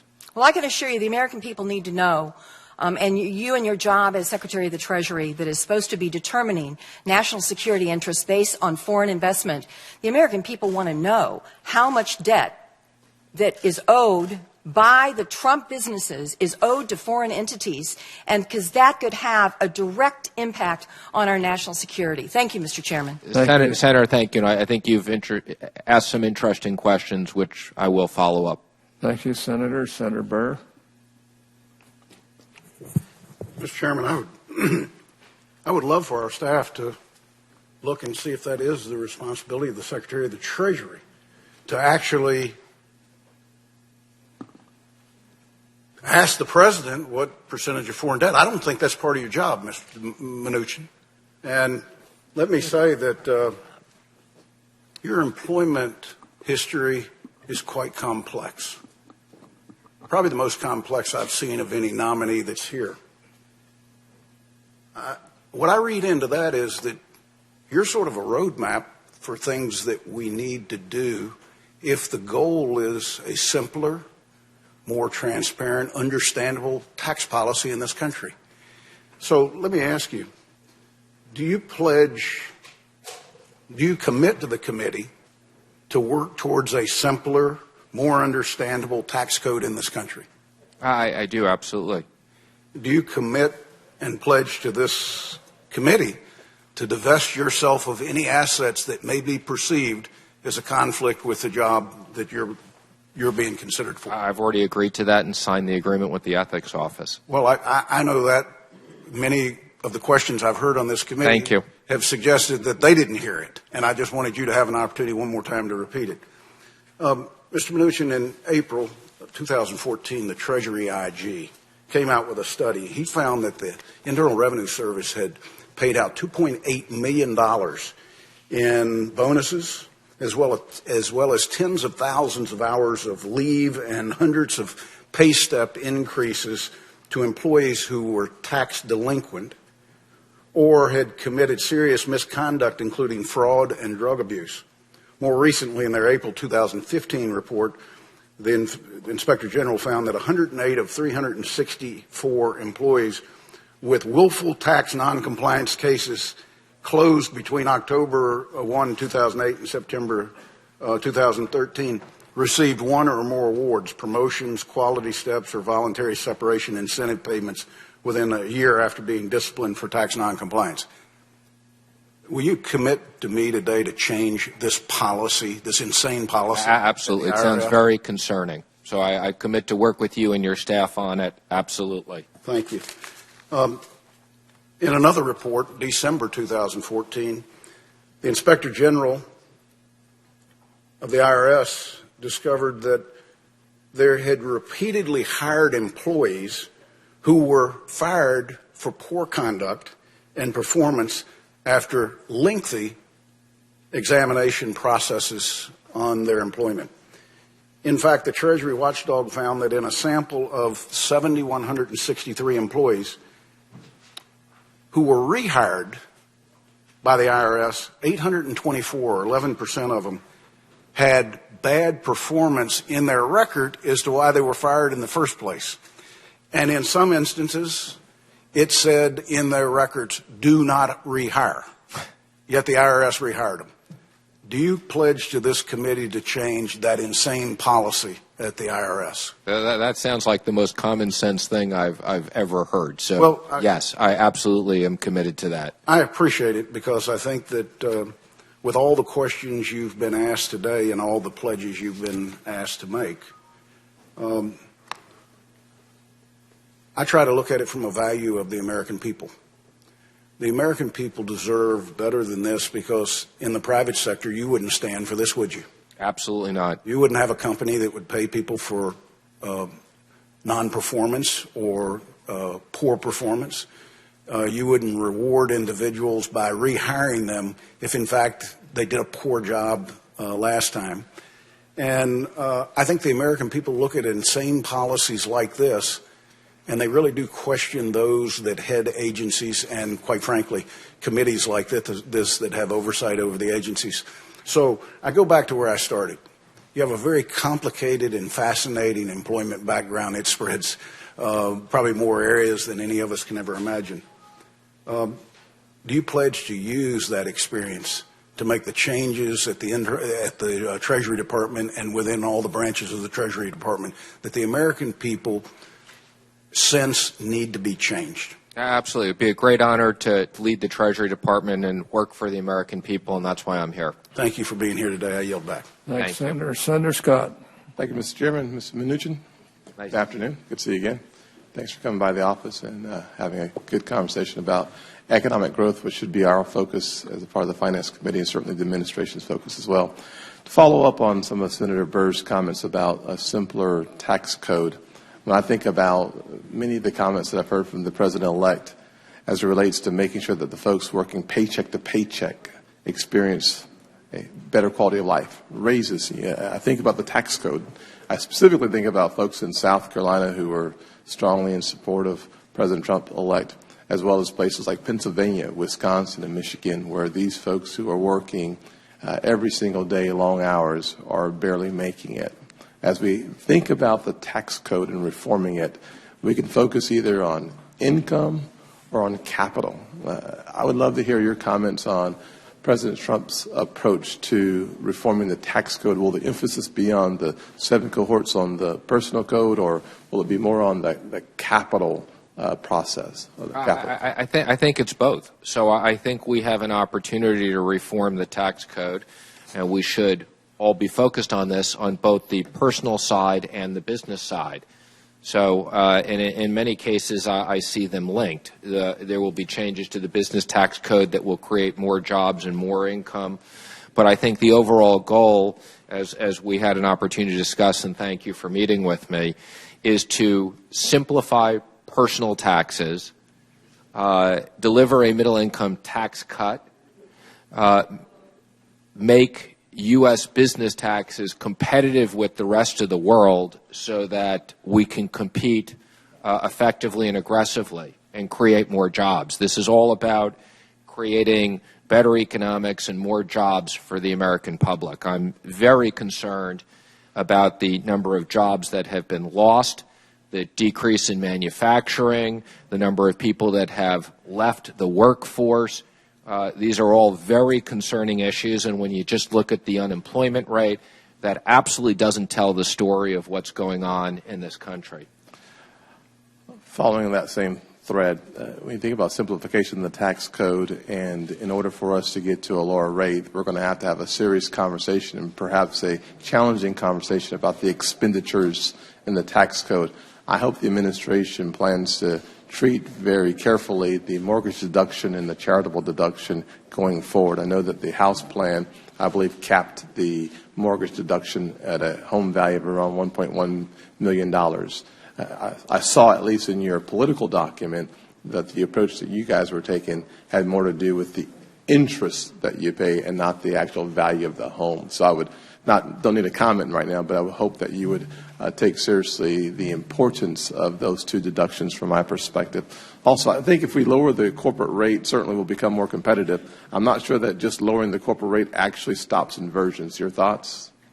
I think it absolutely has a huge impact on stopping inversions. So I think there's some other things that we may be able to do, but I think the biggest issue that creates inversions is the incentive for much, much lower taxes abroad than we have here. Well, there's no question that if we can get our 35% highest in the world corporate tax down to something that's competitive, that would be wonderful. But absolutely. To stop the inversions, we're probably having to go to a place we can't get to be competitive with Ireland at 12.5%, or the innovation boxes at 10%. Whatever we can do to become competitive will be helpful, but I do believe that we're going to have to look for other remedies outside of the tax code in order for us to sell. Perhaps that the haven of America is a great place to do business beyond the tax code itself. But speaking of that simpler tax code, we have spoken before about legislation that I've sponsored around investing in opportunities. It essentially defers the capital gains tax for up to 7 years if you reinvest those resources into distressed communities. We have 50 million Americans, more than 1 million South Carolinians living in distressed communities. I think one of the goals I hope that we have is to look for ways to create incentives for private capital to come back into distressed communities. I'd love to hear your comments on that. Yeah, absolutely. As a matter of fact, I have in my notes here the Investment Opportunities Act that we talked about, and I'm glad you're supporting it. Thank you very much. And I want to follow up with you and learn more about it. And whether we use that or whether you use other tax incentives, I think it's absolutely critical that the areas that are most struggling, that we use the appropriate incentives to get business to go there. So I will definitely look forward to following up with you on that. Just one more question, Mr. Chairman.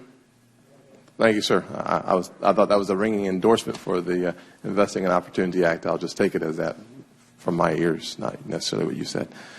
On the trade policy, South Carolina has been a place of a provocative position on trade. We were a haven for manufacturing 100 years ago. We are today a haven from a high-tech manufacturing perspective. Trade agreements are a very important part of what makes us successful, attracting brands like Boeing, Michelin, Bridgestone, Caterpillar, BMW. So trade is very important to the state. I know that you guys are moving away from multilateral agreements but towards bilateral agreements. I hope that that bilateral approach will include some of the countries in the growing markets around the world, specifically within that TPP footprint. Absolutely. And as I said, President-elect Trump absolutely believes in trade. He just wants better deals. So he wants us to grow exports, and he wants better deals. All right. Thank you, Mr. Chairman. We have two more to go here. Can we finish up with Absolutely. Let's keep going. Okay, and Please. Then we'll take a short break and then give you a little bit of time, and then we'll come right back. Senator Portman and then the senator from Washington. Thank you, Mr. Chairman. And Mr. Mnuchin, thank you for being here. But I think it's your kids who deserve the award for stamina. My kids at that age would have been long gone, so whatever you've done a good job. I told them they could leave after an hour, but they actually opted to stay. So, well, good for you guys. Listen, I think you're right about the fact that the tax code's an opportunity for us to help give the economy a shot in the arm. And just to put a finer point on it, median income has not gone up when you look back at the pre-recession levels. And that's the middle-class squeeze, that and the higher expenses, including health care. And then in terms of unemployment, you're right. If you go back to the labor force participation rate that was in effect at about 66% before the recession, and you compare it to today, unemployment would be about 9.5%. So this economy is not humming. We're not doing great, and we're not serving middle-class families who are struggling to make ends meet. And I think tax reform is one way within your purview that you can make a big difference there. And I appreciate what you said in response to Senator Scott on that, because I do think we should be focusing on wages and not just overall economic growth, but how to ensure that we're creating opportunities for the families we represent. One thing you didn't talk about, at least I didn't hear you when I was here, is on the business side, repatriation. So you can lower the rate, and I think that's important, having the highest rate in the world. But don't you think there's an opportunity to repatriate some of those profits that are now locked in overseas? And the number I hear is over $2 trillion. What is the number that you believe, and what can be done to bring that money back here to invest in jobs and plant and equipment? Well, I can tell you the president-elect thinks that we're going to get over $3 trillion. So his number thinks he's $3 to $4 trillion. So we're going to get a lot of money back. I've spoken to several CEOs who, want to bring money back. So to the extent that we create a one-time repatriation in the Trump plan, we had put that at 10%. I think in the House GOP plan they had that slightly lower. But I absolutely believe, and I've heard CEOs say this, and some of them are, without naming names, some of the biggest holders of cash abroad.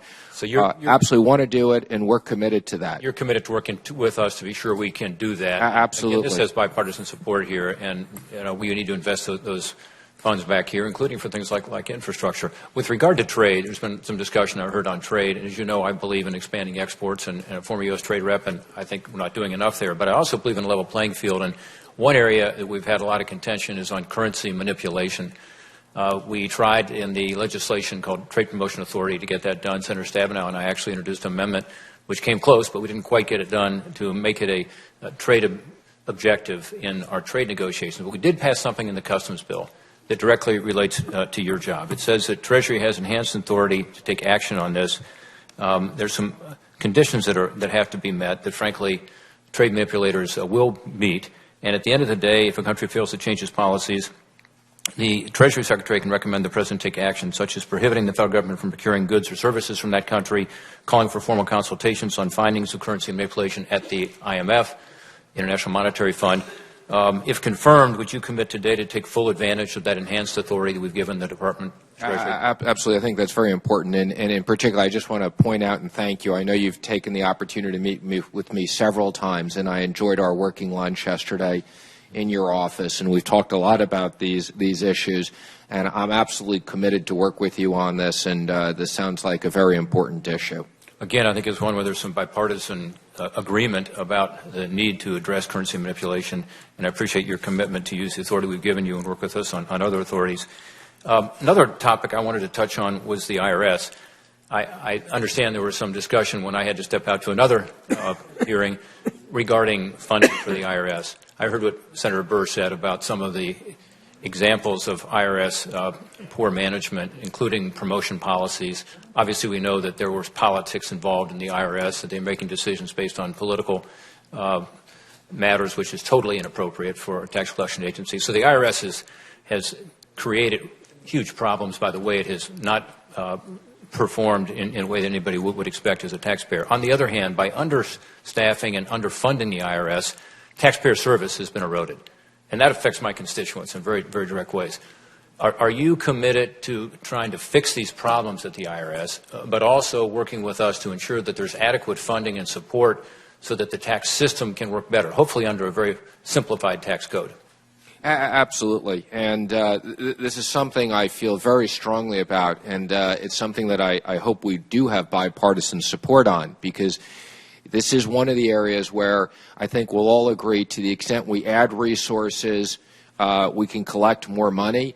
One of the things I've heard is one of the reasons why we have technology problems is because based upon the guidelines, we can't afford to hire technology people internally. While I think there's some external technology, I think we need to have internal expertise in the IRS to manage our own technology systems.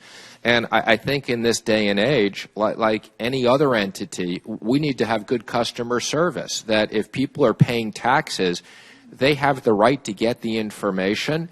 They have the right to understand their information. I think that we should be able to interact electronically, securely, keep people's information safe. I can go on and look up my real estate tax bills in California and see my information there. I don't see why we don't have good systems that people who pay taxes can see their information securely online. So I look forward to working with you, and I also think that we should be monitoring customer satisfaction. Like anything else, we should understand what the taxpayers think of the service we provide them. You know, I know my time's up, Mr. Chairman. I just say that Chair and Ranking Member, I would agree with me on this, but additional focus on the IRS, I think, is an opportunity for us.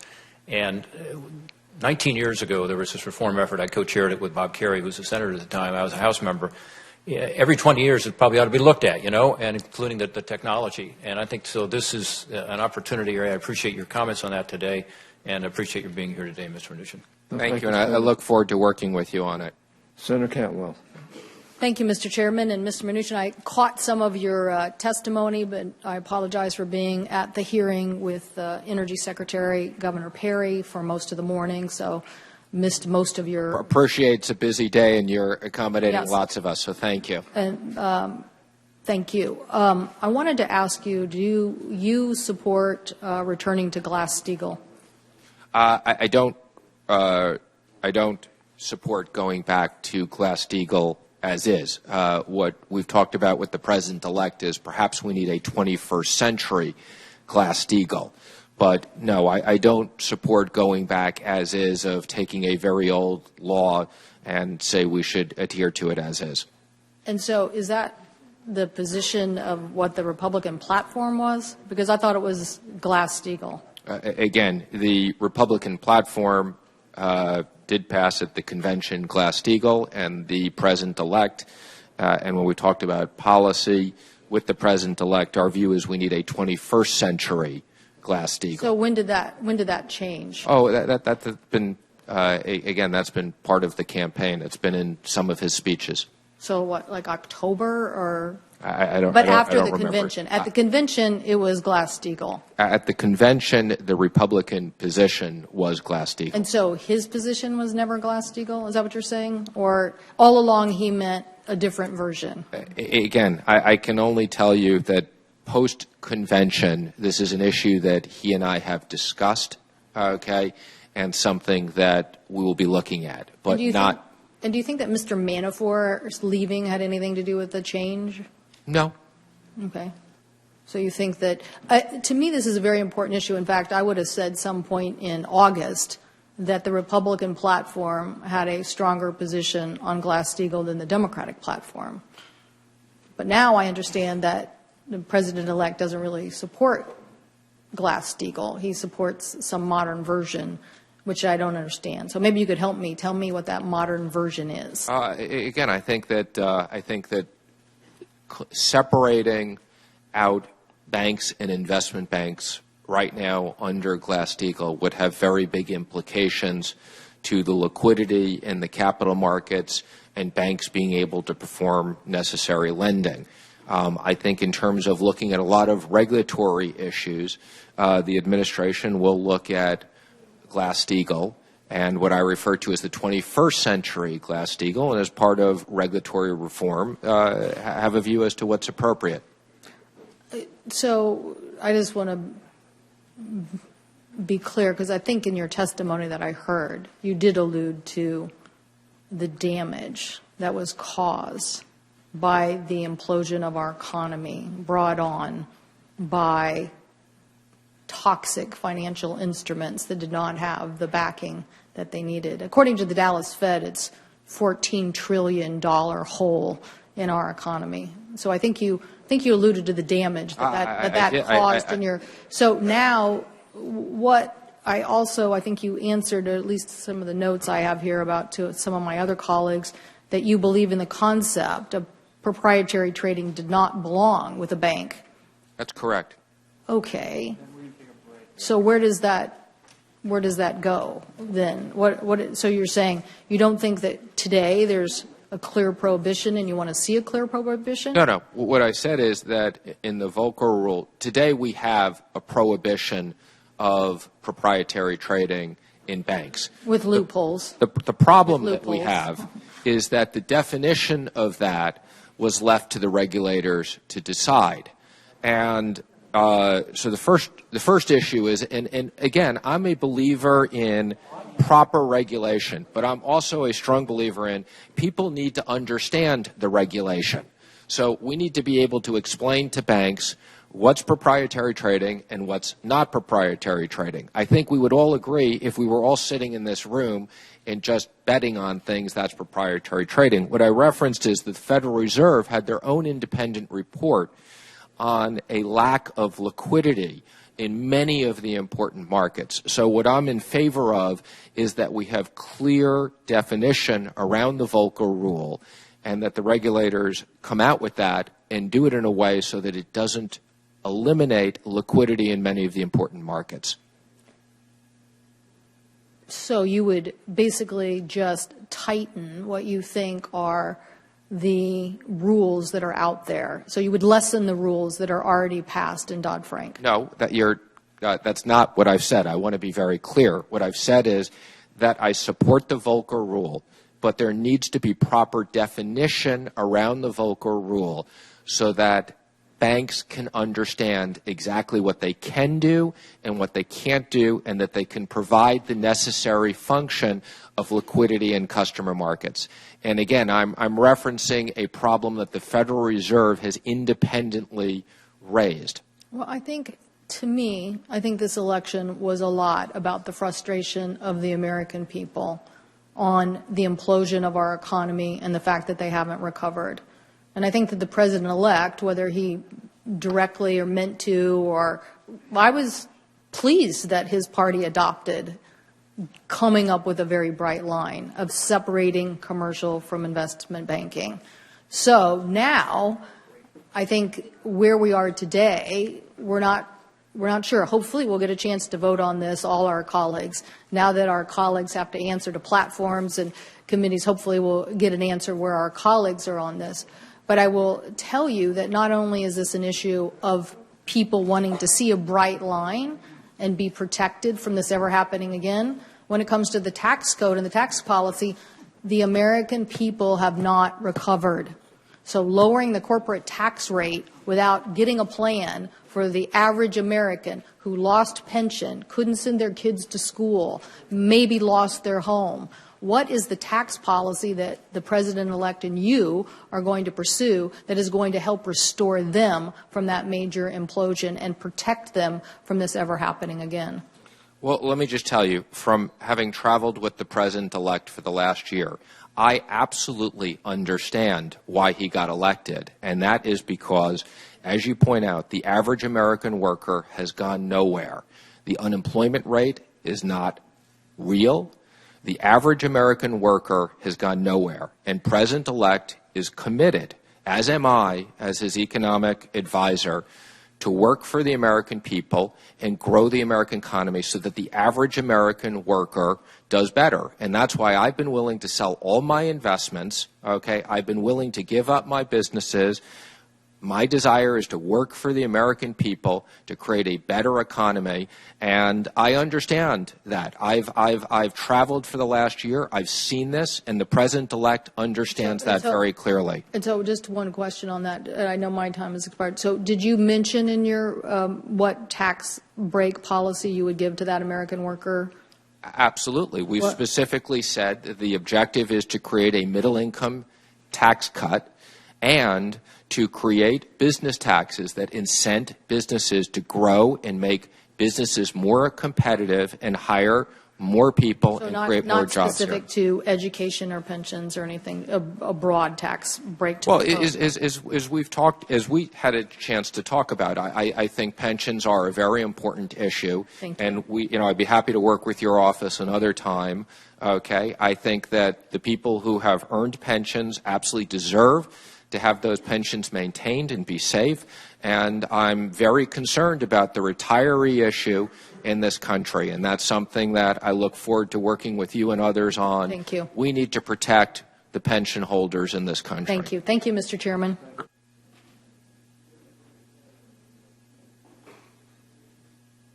We're going to take a 10-minute break here. My friends on the other side have requested a second round, and we're going to grant that. And so let's just recess for about 10 minutes, maybe, or a little longer.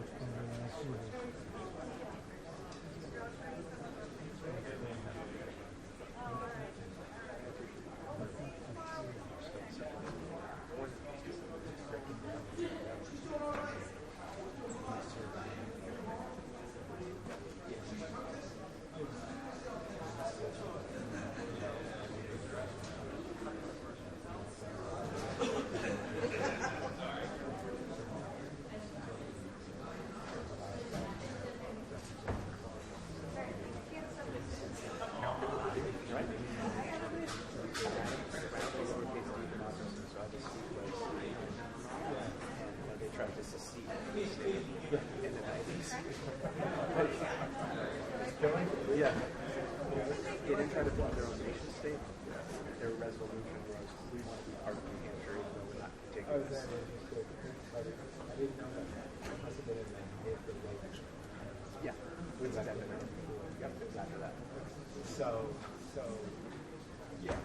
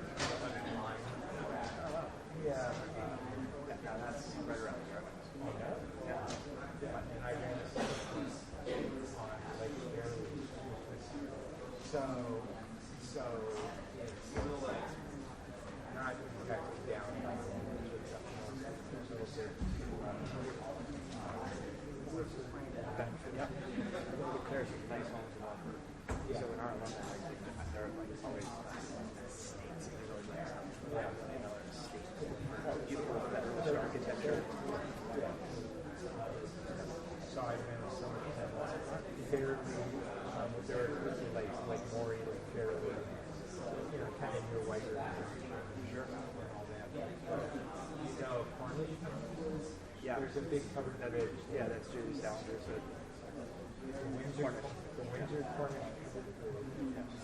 I put the I'm not a Windsor. It's just a buddy of mine that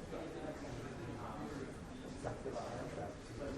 He's taking historic preservation reduction stuff.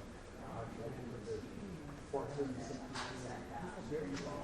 standing seam metal panels from September to December. So long as Thank you for doing it, because I've run the covered bridges down there. That's around Suicide 6, so that's a little bit, that's closer to, oh my God.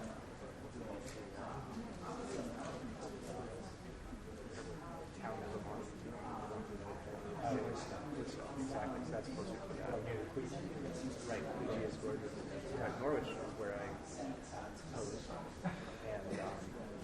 my son's name is actually Hanover. Oh, that's so funny. Tom Hanks. Oh, really? Yeah, that's such a great. Yeah, I briefly stayed in North Carolina. Yeah, my favorite professor in college was in Lyme. He was just intellectual professor. He was right. Just always picking a single guy in his 60s. I was just picturing him just sitting there, just when he was his life. Yeah. Yeah. So now we're your undergrad. Yeah. Cool. So what's that? Are they practice about? So I work with the branches of Ameriprise, and then I have a law practice also. So that is, I own that Notre Dame. Where are you from? New York.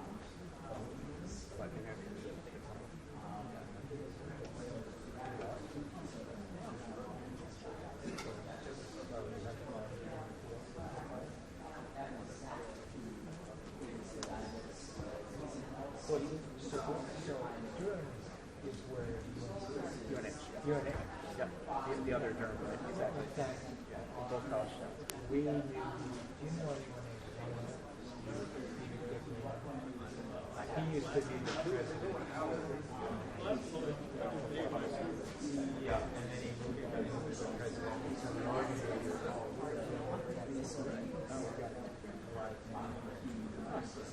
I would say not yet. He's even from a small state. That's always my intention when working with that, you know, that kind of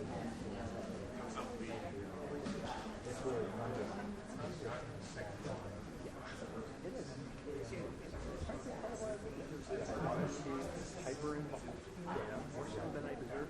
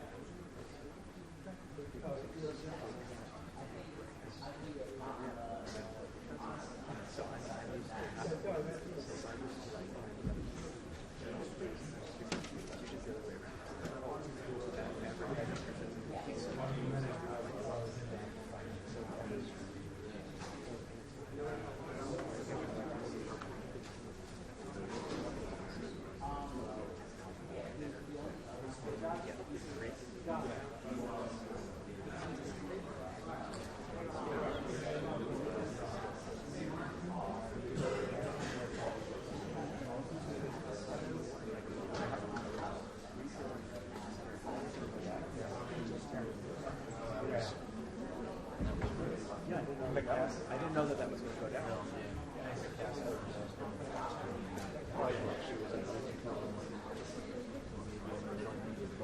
Right, so you might just say, I didn't vote for it, take that back home. Right. There's a lot of times. Hey, Melissa. How's it going? No. Did that said, okay, but then moving on up to the east side.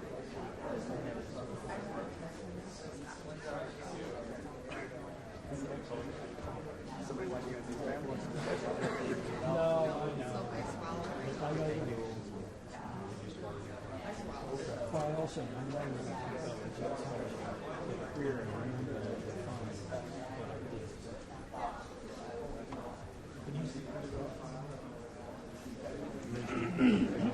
actually great. Okay, so a lot of people are going to do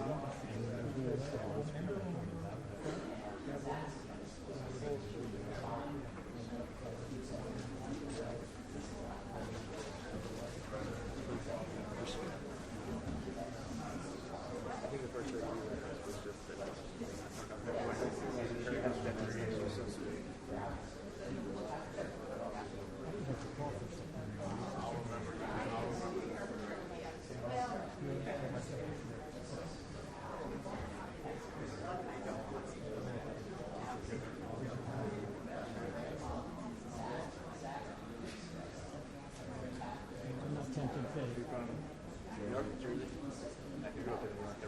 Sure, you can go out. No.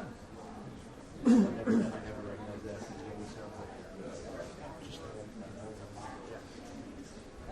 If they're saving anything for the second round? That's right. Oh, you haven't seen that kind of here? I went to try this for a while. Okay, so my dad was still there. Oh, yeah? Playing basketball? No. The basketball's still down.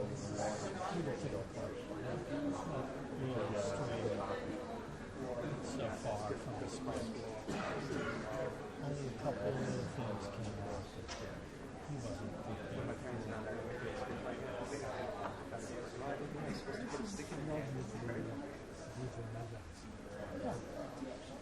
I don't think he's losing anything. Obviously, Republicans hold. Oh, yeah, go Rams. Trump went there.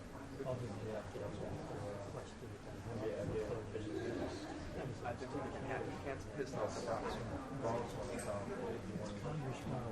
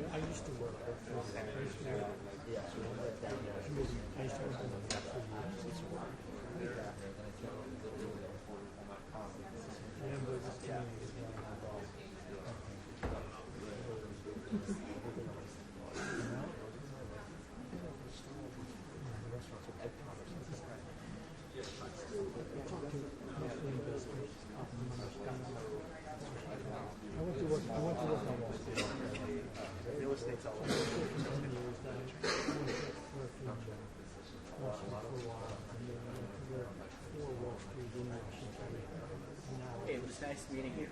I gotta run, but will do. Thanks a lot.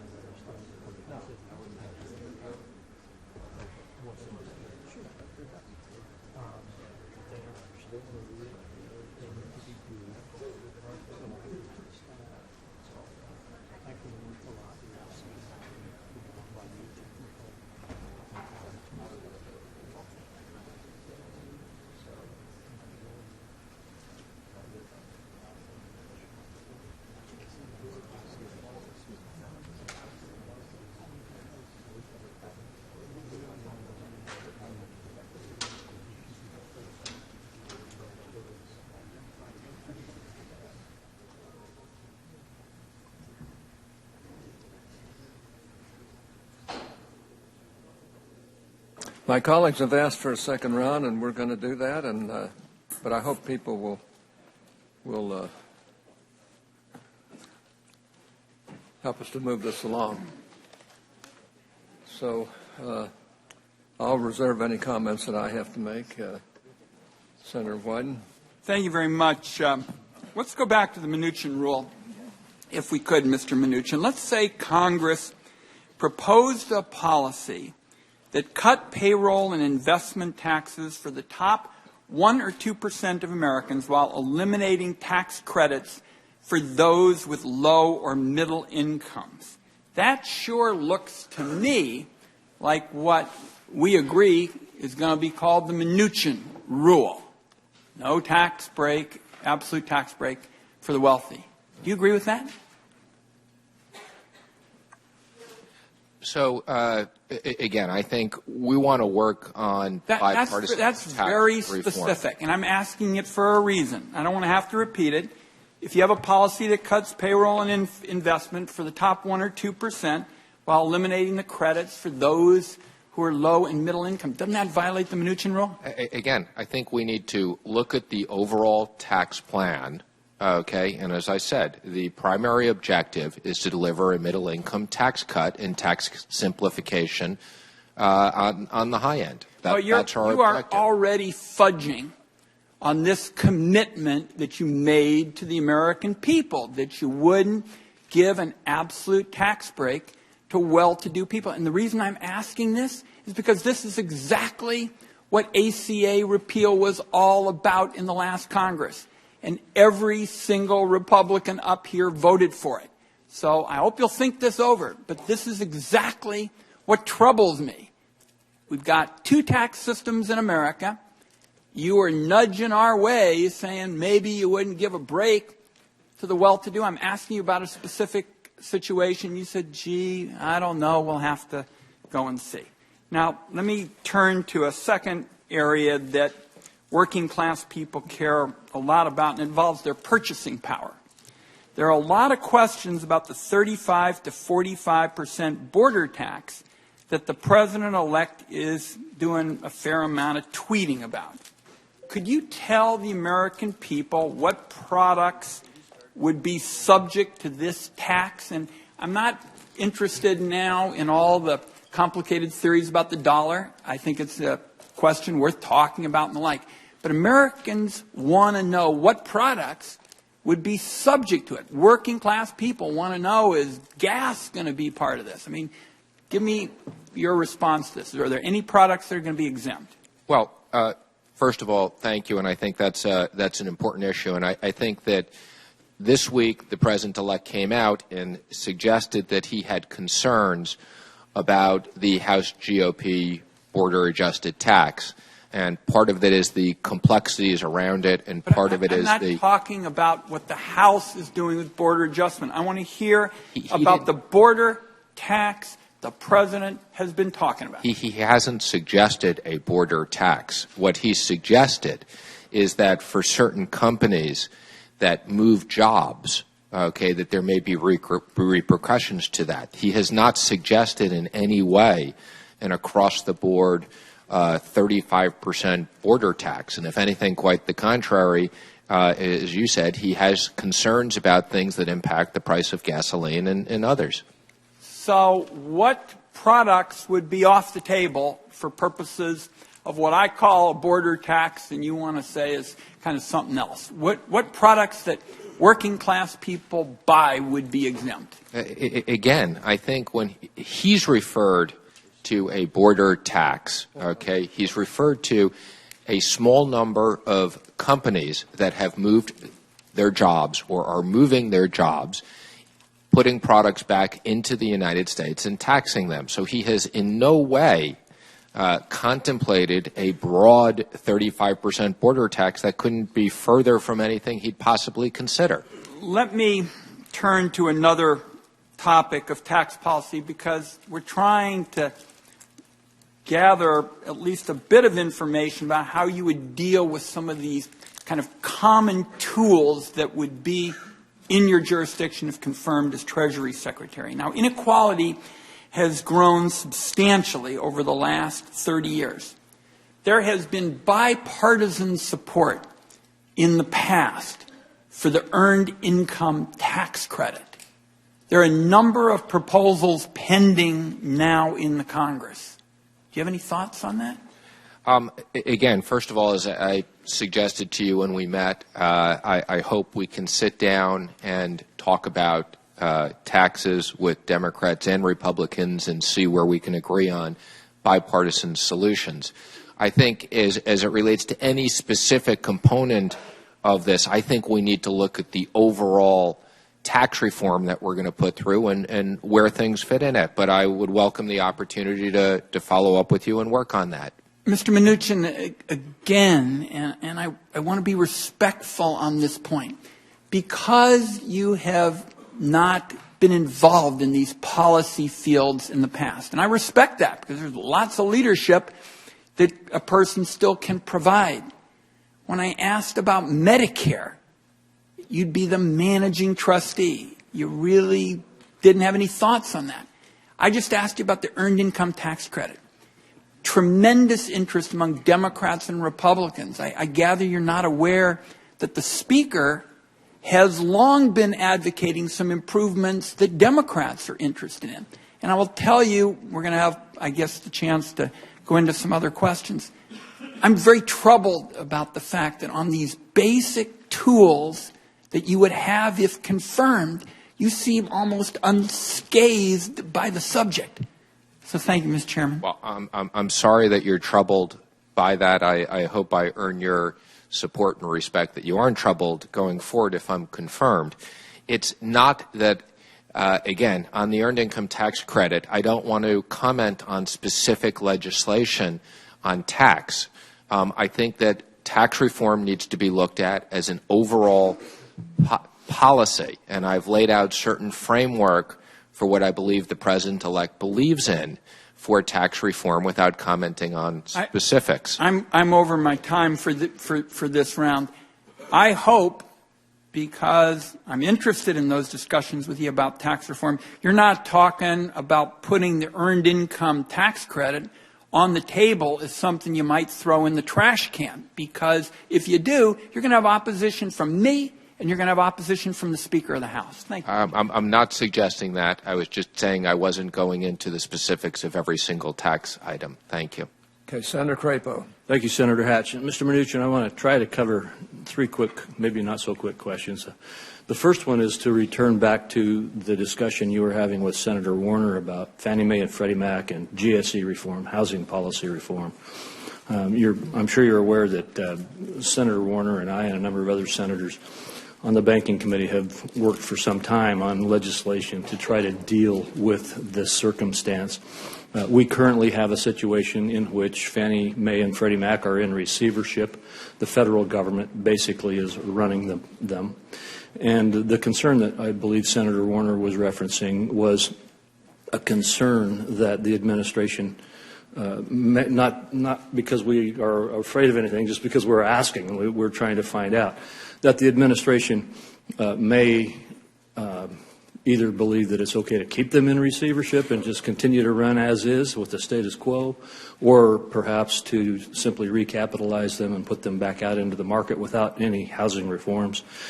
And I just wanted to ask you if you would, I realize you can't comment on a specific plan yet, but if you would comment on the fact as to whether you believe that we need to have reform in our housing finance policies that would go further than simply recapitalizing Fannie and Freddie or keeping them in the receivership. Okay, well, again, thank you for that. And I would comment, unlike the Medicare fund, where I acknowledge I'm not an expert, I think on Fannie Mae and Freddie Mac, I am an expert. I've been around these for 30 years. I understand these very well, and that's why it would be one of my priorities to work with you. And as I've said, what I am focused on is we need housing reform and a solution. So I start with the standpoint of the status quo is not acceptable, of just leaving them there. I think, as you know, when we've discussed, there are two extremes on this, and it's something that I look forward to sitting down and talking to you with. But I believe we need housing reform, and we need to make sure that whatever the outcome is, on the two extremes, that one, we don't put the taxpayers at risk, and two, we don't eliminate capital for the housing markets. I'm very concerned that middle-income people and moderate-income people who need mortgage loans have access to that capital. Well, I appreciate, in fact, I agree with you on both of those objectives, and I think that's exactly what we need to work together to identify. Good. Well, I'm optimistic we can work together and hopefully figure out a bipartisan solution. Thank you. Thank you. My second question is, you've already answered it, but I just want to raise it again because it's so important, and that is we've seen the unfortunate circumstance, in my opinion, in the last few years of the IRS actually targeting individuals because of what they believe and how they advocate in our society. And you've already talked about this, but I would just encourage you to make a high priority that not only the IRS, but all of the federal functions under your jurisdiction as Secretary of Treasury, which I'm sure you will be confirmed to be, are stopped from that kind of targeting of American citizens who are conducting perfectly legal business and engaging in perfectly free and legal speech. You have my 100% assurance that I will do that. I think there's no place in not only the Treasury but in other agencies for us to be having people act that way. All right, thank you. Then my last question in this round would be back to the tax issue.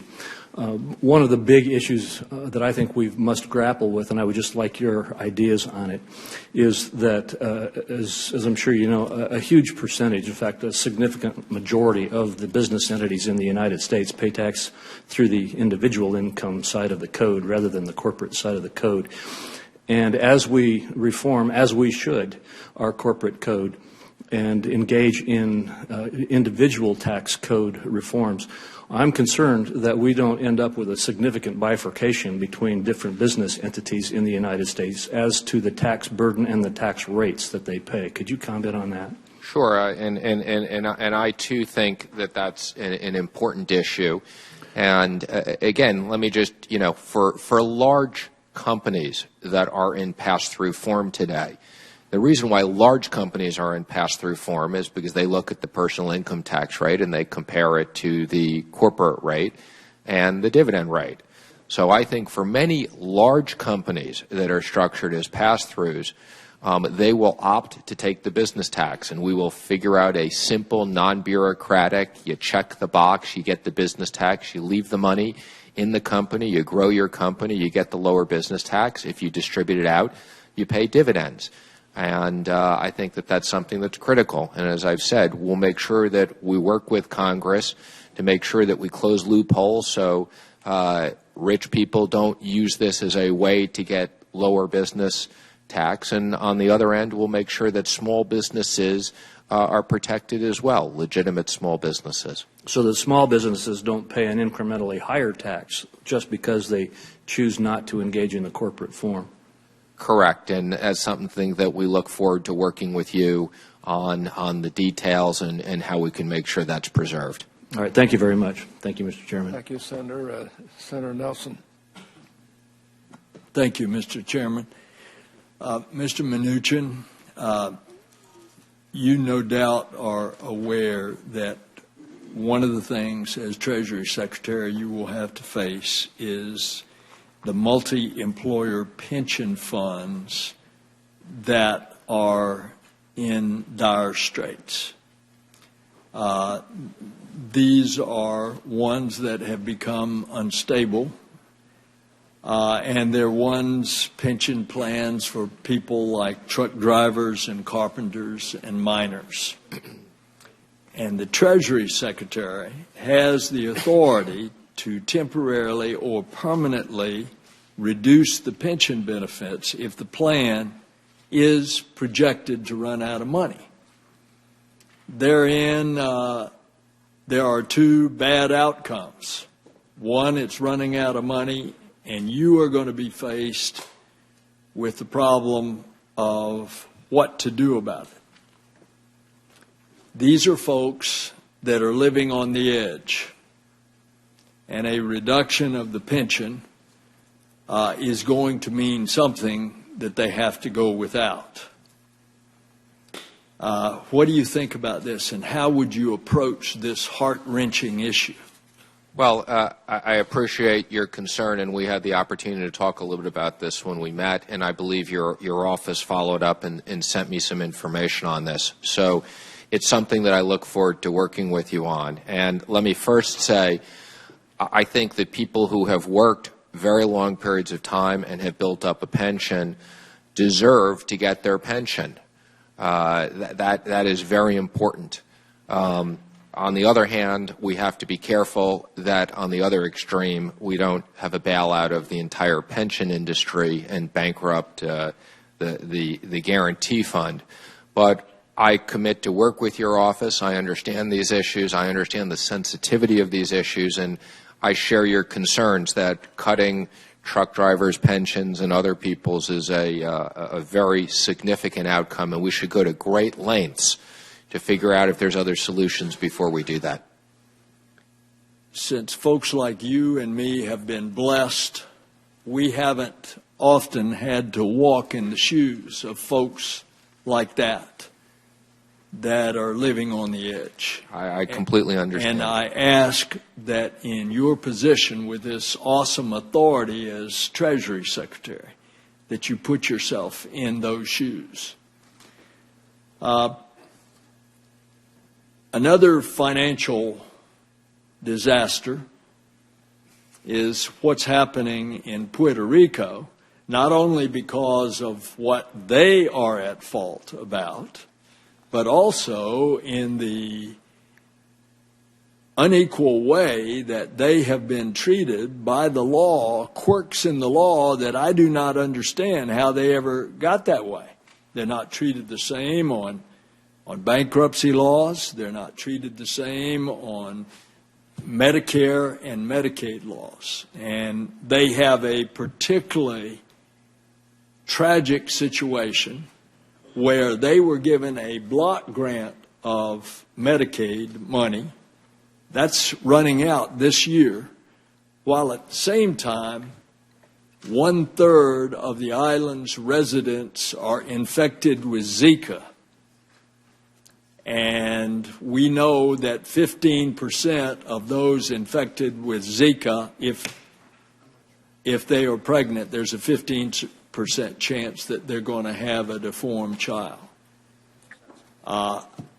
I would like very much for you to keep that in mind, because we've got to come up with a plan. Now, I know a lot of responsibility is on us in the Congress. The chairman led an effort, and we tried to get some things passed in December. But the big things like Medicaid are coming up in the future. Well, Senator, first of all, thank you for going through that. And when I did have the opportunity to meet with Secretary Lew and talk about certain issues that he wanted to advise me on and bring to my attention that he thought I'd have to deal with in the near future, Puerto Rico was high on that list. So I must say I wasn't an expert on Puerto Rico before the last 30 days. I've started studying this issue. I share your concerns. I'm glad that the commission was established. I think that I understand that the Treasury has been staffing the commission. I have someone who I've already asked internally who's going to be working with me to start working on and get debriefed by the Treasury staff on this. And this is going to be something that we need to figure out a bipartisan solution. I'm hoping that it can be done in the context of the commission, but I look forward to working with you on. Thank you, Mr. Chairman. Thank you. Okay, Senator Menendez. Thank you, Mr. Chairman. Mr. Mnuchin, I've listened to your responses to my colleagues defending OneWest's more than 50,000 foreclosures on your watch. And I understand you bought a bad book of loans. And I don't think we're saying that you had to save every single homeowner. But by taking the FDIC's backstop, you had an obligation to at least try. So do you believe that you made every effort to prevent foreclosures and keep families in their homes? I do, and I actually brought with me, which if you want to make part of the record, the FDIC asked the Inspector General, the OIG, to come in and look at the loan modification program. So you believe you did? And they independently reviewed that, and that was verified by the OIG. Well, I don't know that their determination is that you made every effort. Let me just say, what about... Without objection, we'll make that part of the record. Thank you. What about one of your vice presidents actually admitting to robo-signing 750 foreclosure documents a week without even reading or reviewing them? How can that be considered making every effort to prevent foreclosures? Can you honestly say your bank made every effort to keep families and seniors in their homes when they were robo-signing one foreclosure document every 3 minutes? So, Senator, yes, I can absolutely say that we made every effort. And again, our loan modification programs were audited by the Treasury, the FDIC, the OCC. You can imagine, as being a private equity person who bought a bank, we lived in a glass house and we were constantly viewed by the regulators. Now, the comment that you're making, there was an industry issue, okay, which had nothing to do with loan modifications, which had to do around the processing of foreclosures. That was a procedure that was started at IndyMac. It was continued under the FDIC ownership, and in the beginning of our ownership, okay, we unfortunately didn't change certain procedures. As I've said, the industry, it was solved. Okay, I'm not worried about the industry. I'm bank. worried about what your direction at your bank did. You keep referring to entities. The Office of Thrift Supervision hit you with a consent order because you were actually putting homeowners on a fast track to foreclosure. And that was part of that 750 foreclosures a month. You also had an independent government audit of OneWest foreclosures in 2009 and 2010 that alone identified more than 10,000 homeowners who were owed $8.5 million in damages. And among those homeowners were 54 incidents over the course of just 2 years where the bank violated the rights of active duty military servicemen and women, those defending our country across the globe under the Service Members Civil Relief Act. So if you did all of that, how is it that you feel that you can honestly say here in sworn testimony that your company did everything? Okay, so first of all, Senator, and I appreciate the issue, and as I said before, we highly regret the extent that we made even one error, whether especially to the servicemen. And yes, we had all those loans reviewed. We paid $8 million. Many, many firms paid billions and billions of dollars, but we regret any issue there. What you were referring to with the OTS and the independent foreclosure review, it was one and the same. So as I've referenced in my testimony, we were one of 14 banks that signed a consent order. Basically, the 14 largest servicers signed consent orders. At the time we were under the OTS, it was later taken over by the OCC, who took over the consent order, and we were the only bank that actually completed that independent foreclosure review, and we are proud of that. And the fact that it was completed at the end of the day ultimately showed that your company took people out of their homes and created consequences for them they should not have had. So I'm not sure which one is to be proud of. Do you know a woman named Sylvia Oliver? I do not. I didn't think so. She is from Scotch Plains, New Jersey. She is the sister of the immediate past Speaker of the New Jersey General Assembly. She received a loan from IndyMac in 2008, and after her employer cut her hours, she ran into difficulty paying for her mortgage. She wanted to be a good borrower. She tried 8 times for loan modifications, which I believe she would have qualified. Every time your bank denied each and every one. She's been fighting to save her home for 7 years. She nearly lost her home yesterday. Thanks to her tenacity, she has a 30-day reprieve, but that's no guarantee she won't lose her home next week. So I look at her, and Mr. Chairman, I'd like to have the testimony of several individuals who face these realities be included in the record at this time. Well, without objection, if they pertain to the record. They certainly pertain to the record. They pertain to having been foreclosed on and ultimately having tried to seek loan modifications unsuccessfully, even though they should have qualified for them. I think they're more than eligible for the record. So let me just say, in closing, I see this as an example of privatizing profits but socializing losses. In the darkest days of the financial crisis, it seems to me that you and your friends were looking for stores to raid, and you found a gem in IndyMac. And with the government subsidizing the risk, you engineered a highly lucrative equation that made billions of the backs of homeowners, seniors, minorities, military men, and women. And so I have a problem understanding how does that create confidence in the Secretary of the Treasury nominee when you have to be looking out for every American. And it didn't seem that when you had the chance to do that, and even the incentive, I would argue, by the backstop that the FDIC gave you, and over $400 million that your company took from HAMP, which I know you were disparaging before, that was your drive. So I need to be convinced that's going to be your drive now that you're the nominee for the Treasury Secretary that's supposed to represent all Americans. Well, Senator, I hope I have the opportunity to convince you going forward. And I apologize because I didn't recognize the name. But now that you've mentioned to me, it's been postponed, and I don't know any of the specifics, but as a courtesy, CIT did inform me that your office had requested an extension, and they did honor that and give an extension to revisit that. And I am not involved in CIT anymore, but I would encourage you to make sure that you have, again, if there's complaints, there's a department within the bank that responds to this. As I said earlier, any complaints that came through any government or regulatory agencies were responded to very carefully and reviewed by the OCC. And again, I would just apologize to the extent there were any errors whatsoever.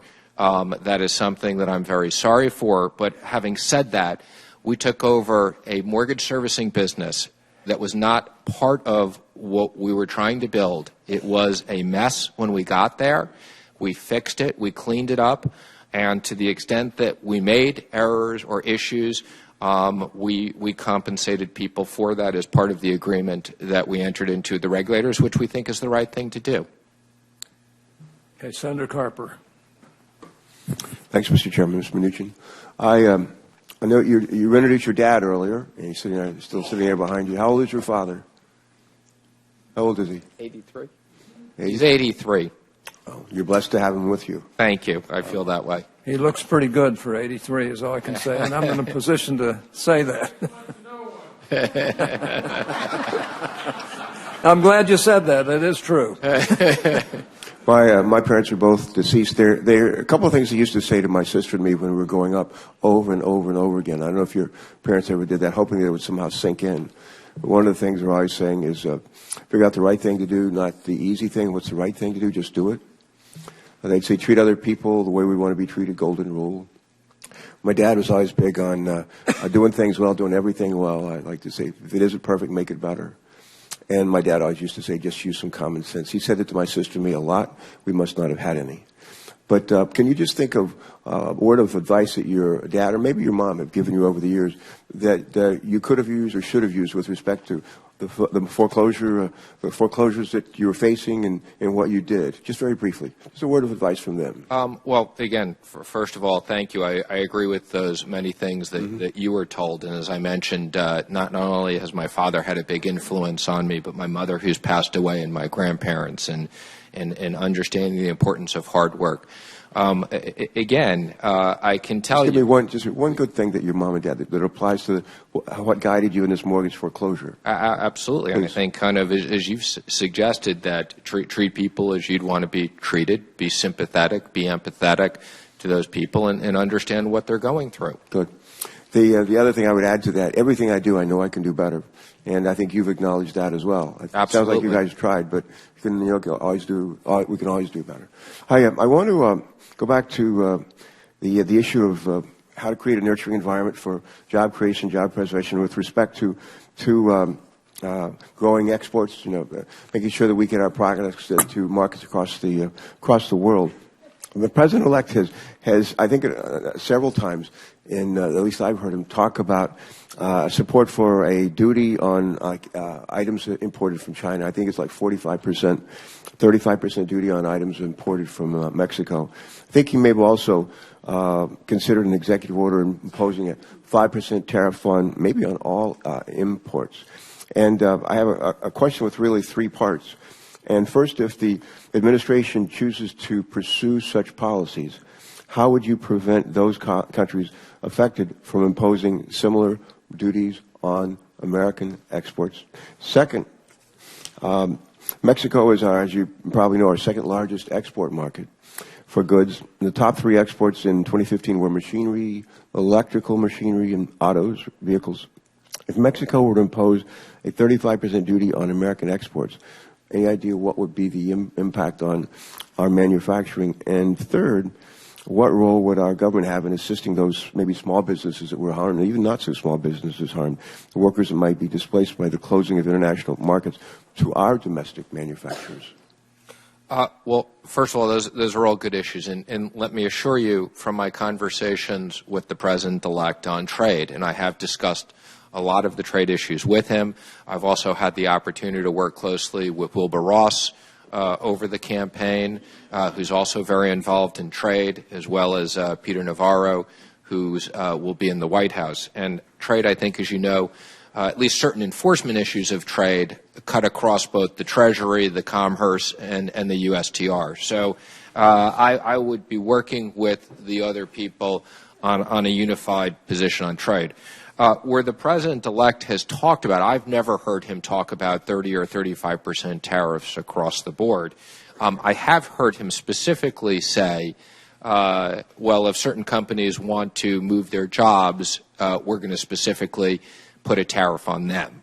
Okay? Now, I think that that's something that needs to be looked at, and I don't think that that's a plan that's going into action. I share your issues with this is as much about growing exports as it is about growing imports, and specifically with Mexico, I think most people acknowledge NAFTA was negotiated a long time ago, that we should reopen this agreement. Well, actually, we did, and we did it in the context of TPP, as you know. I understand that. And my hope is that when you all get settled in, that you'll go back and when you're thinking about renegotiating NAFTA, make sure we understand what's already been done. I would hope that the starting point is the work that you've done, and I'm optimistic that we can renegotiate that deal that's both advantageous to us and advantageous to Mexico, that it's a win-win for both countries. Good. Last thing, when you're mentoring and giving advice to the President-elect, another word of advice from my parents to my sister and me, and it probably works on the tariff, the imposition of tariffs, is what goes around comes around. I mean, we want to keep that in mind. Thank you. Just to clarify the record, I'm not mentoring him. He's mentoring me. I'm not so sure. But I do give him advice. I wouldn't clarify that as mentoring. Senator Cardin. Thank you, Mr. Chairman. I want to get to the tax issues for a moment, because we had a chance to talk about that in the office. And I think we all would acknowledge that our income tax rates, personal and corporation, on global competition puts the United States at a disadvantage. Oh, I'm sorry. And something we need to deal with. I apologize. We also recognize that from a business tax point of view, it's not just the corporate rate, it's also the individual rate, since 90% plus businesses pay the individual rate. I want to talk about two standards that I hope will judge the review of tax reform, so that we can have a simplified tax structure, one that's fair to the American people. One, I would hope that you would agree that we do not want tax reform to increase the size of the federal deficit.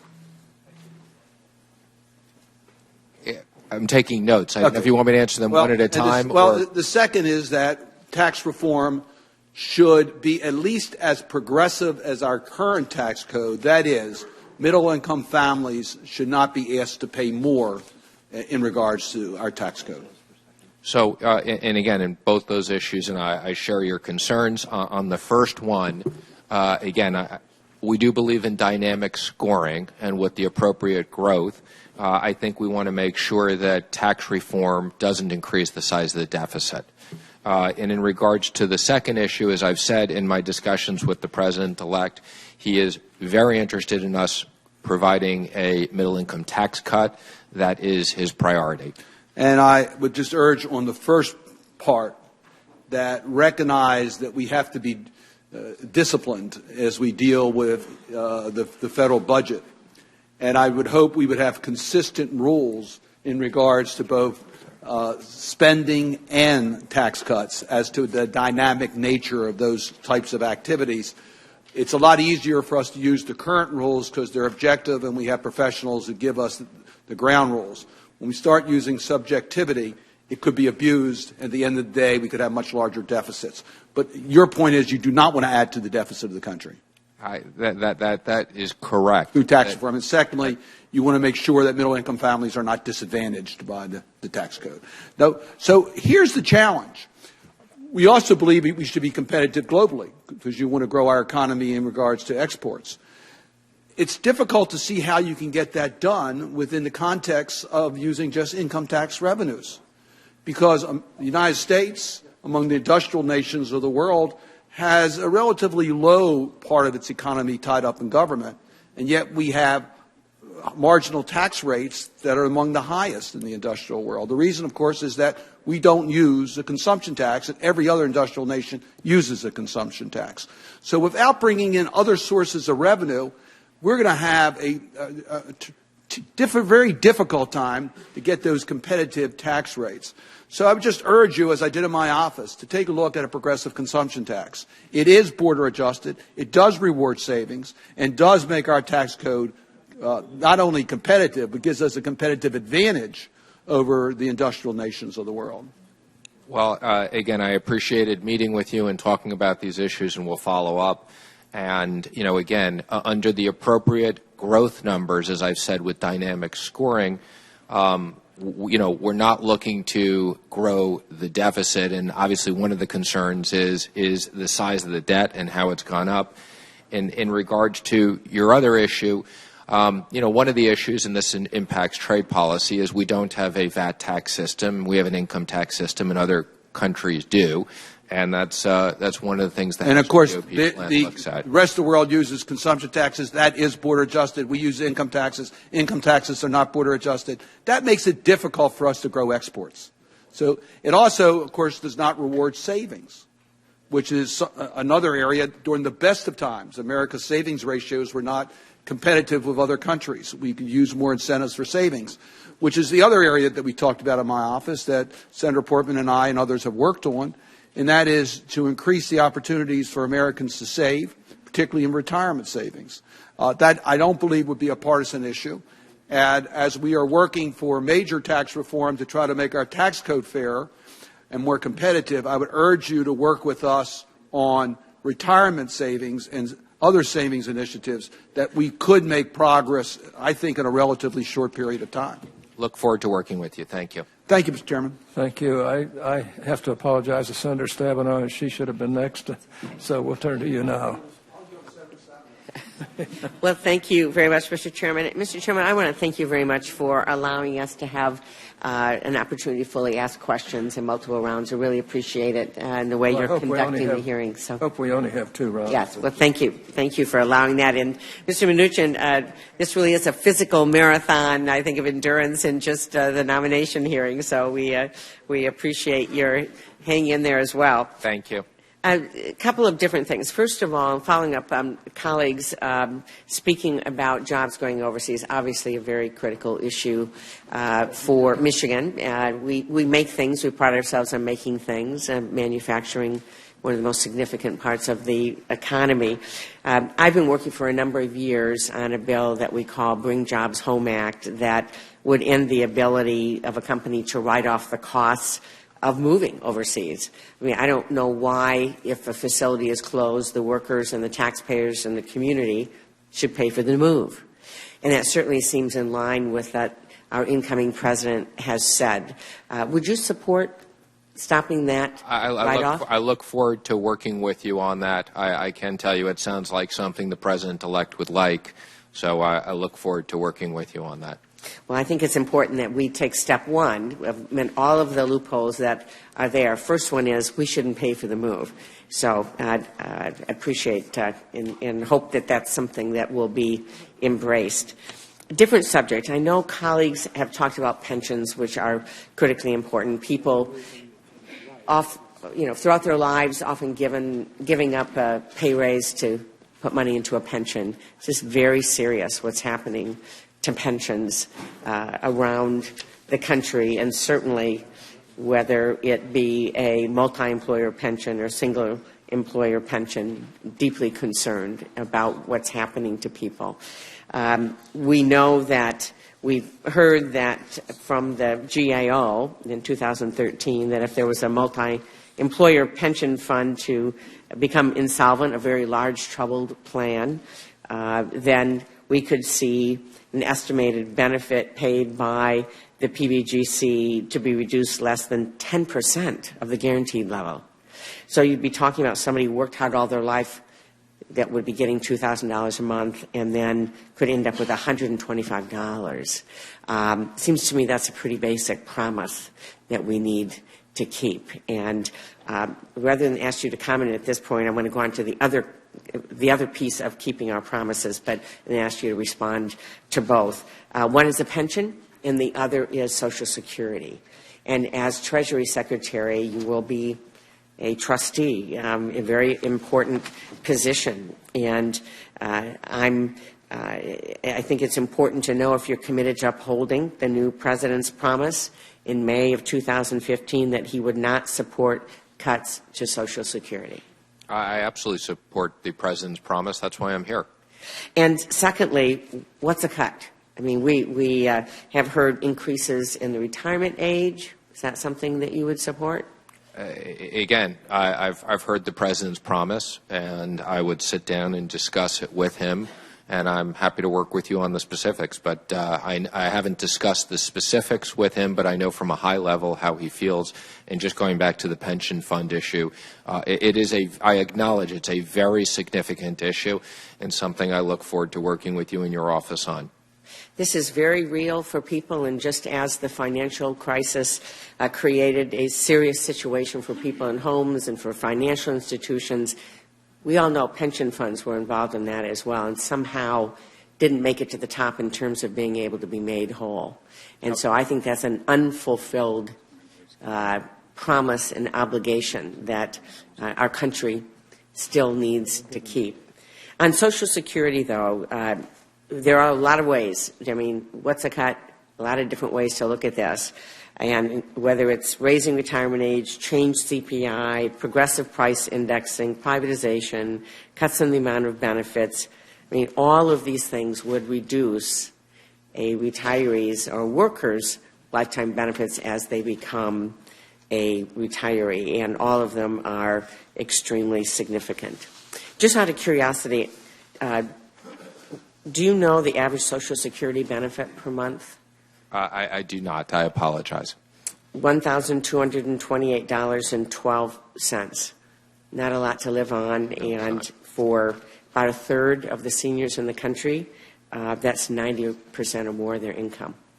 So thank you very much. It's a very significant issue, and I appreciate that. And if I'm confirmed, I look forward to working with the president-elect on this important issue. Thank you. Thank you, Senator. Senator Brown. I've been pleased, Mr. Mnuchin, thank you, and I'm sorry you had to hurry through lunch. That's okay. Saw you sit in the back room eating lunch probably that you've eaten faster than any time lately, so thank you for that and your patience. I've been pleased the President-elect's committed to helping manufacturers. He wants to buy American, hire American. I'm sending him a letter today, this letter that I will hold up, to let him know I'll be introducing legislation to extend Buy America to all federal infrastructure, construction, and public works projects. If taxpayers pay for it, whether it's a water and sewer system or a bridge, or whether it's steel and iron, or whether it's cloth for an American flag in Akron, Ohio, over the post office, if taxpayers pay for it, our companies and our workers should build it. So I just wanted to let you know of that. Now, I want to talk to you about China. I've never met a Goldman Sachs banker who wanted to get tough on China. Based on your Wall Street background and financial dealings, I'm concerned about just what I've seen in the past with bankers and what I would say is soft on China. Let me lay out a couple things. Relativity Media is a Beverly Hills company invested in movies, as you know, among other things. When you were co-chair there during 2014 and 15, the company received investment from Chinese investors in the company's films and partnered with the government of the People's Republic of China to promote and distribute Chinese films. China readily admits it wants to become more powerful by increasing its cultural influence in this country and expanding its financial stake in the U.S. film industry. You were a board member of a company that partnered directly with the Chinese government that increased their influence in Hollywood. Were you helping China expand its global power? So let me just first comment. And try to make the answer really short if you can. I know, but I apologize. First of all, I left Goldman Sachs 15 years ago. So just going back to trade, I think of myself as a regional banker, not Goldman Sachs. As it relates from my experience with Relativity, the Chinese never invested in Relativity, and I don't recall them ever having invested in Relativity Films. They did have a small joint venture in China that was not particularly successful, for what it's worth. Now, in regards to my view on China, I 100% support the President's view and that we need to look at China overall from a trade standpoint and an economic standpoint and a security standpoint, and I look forward to working with him on that. Okay, that's not, what you said is not from the reports we get. We will follow up by mail, but we will follow up with a letter to you to talk about that. Happy to. Let me shift to China. China's, as you know, China has great capacity in production of steel. Their distortion of the global steel market puts American workers out of jobs. You and the President-elect talked about that in places like Youngstown, Ohio. Will you commit to make public a comprehensive plan to address global overcapacity in the steel industry within the first month when you're on the job? I don't want to make that commitment, but I'm happy to work with your office on this issue. You don't want to make a commitment will it be the first month, or you don't want to make a commitment that you will put a substantive comprehensive plan to address global overcapacity? I will make a commitment to sit down with your office and work on this issue and then figure out the time frame and whether we should be making it public.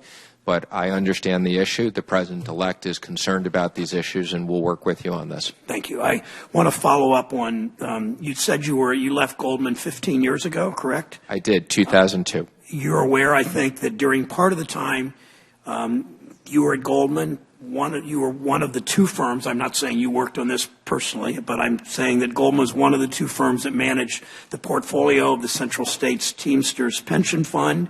And I think you're aware that while Goldman was a manager of the funds of Central States, the plan lost 40% of its value, more than double the average losses for a defined pension benefit plan during that period, due in part to those losses, in part due to Goldman Sachs' I would call it mismanagement of that plan. The Central States Teamsters Pension Fund, as Senators Stabenow, Nelson, and McCaskill said, is in distress and at risk of becoming insolvent. There's a certain irony that if you're confirmed, you'll be a member of the board of the PBGC, as I think you know, and responsible in many ways for protecting the pensions of more than 400,000 working families. You, I assume, don't know who Butch and Rita Lewis are. They're constituents of mine and Senator Portman's. He worked as a trucker for 40 years. He was a Teamster. He led the Southwest Retirement Pension Committee's fight against cuts to their earned benefits. He passed away on New Year's Eve due to a stroke, which doctors have attributed, at least in part, due to the stress he faced over the proposed pension cuts. He and his wife, she lives in Southwest Ohio. She's taken up his fight. She will lose almost her entire pension.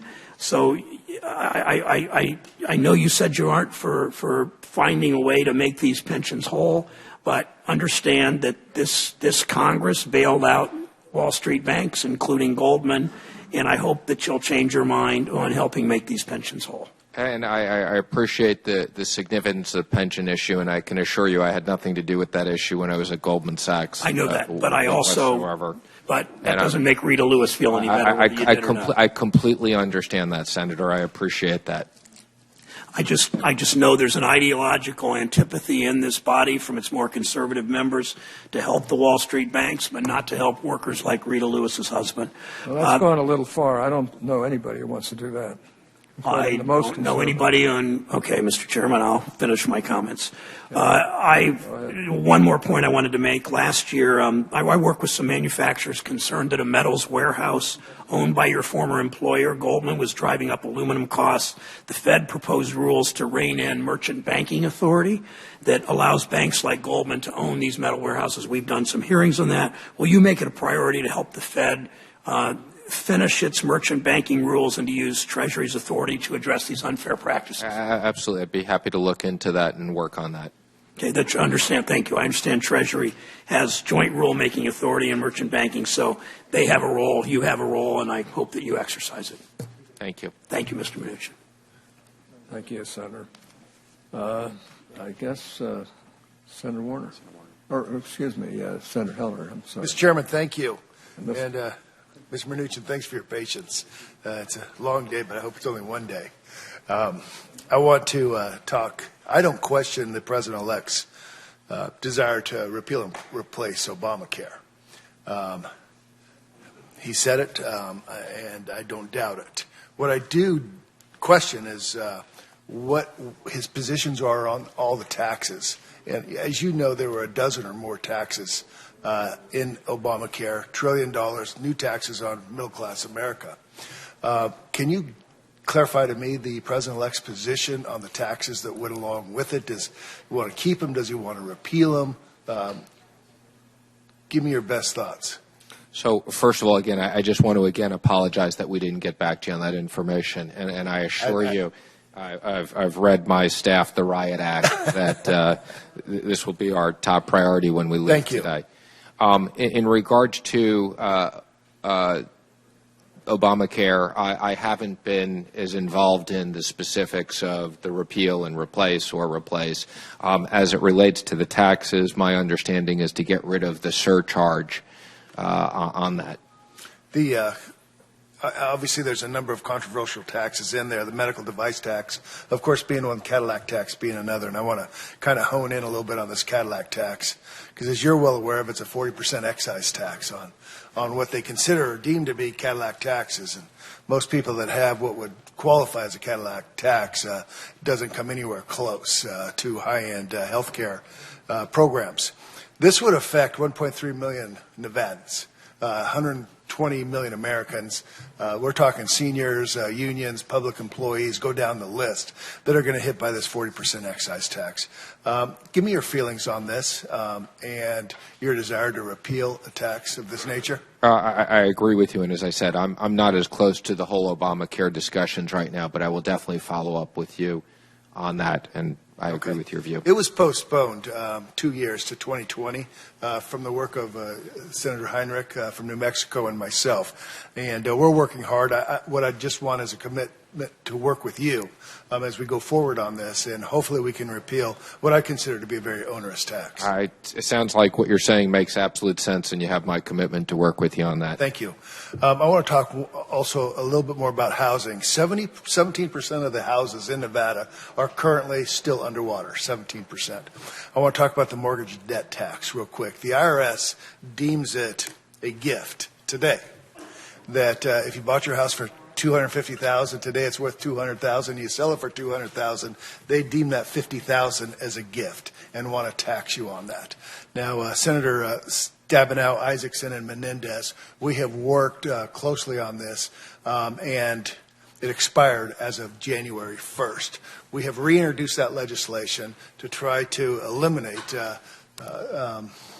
this burden on the taxpayer. I'd like to get your understanding of this, your feelings on it, where your support would be on this particular piece of legislation. Yeah, you have my commitment to work with you. If it's not bad enough that the person lost their home, but then we got to send them a tax bill, I agree with you on that. I appreciate your support. Mr. Chairman, that's all I have. Senator Warner. Thank you, Mr. Chairman.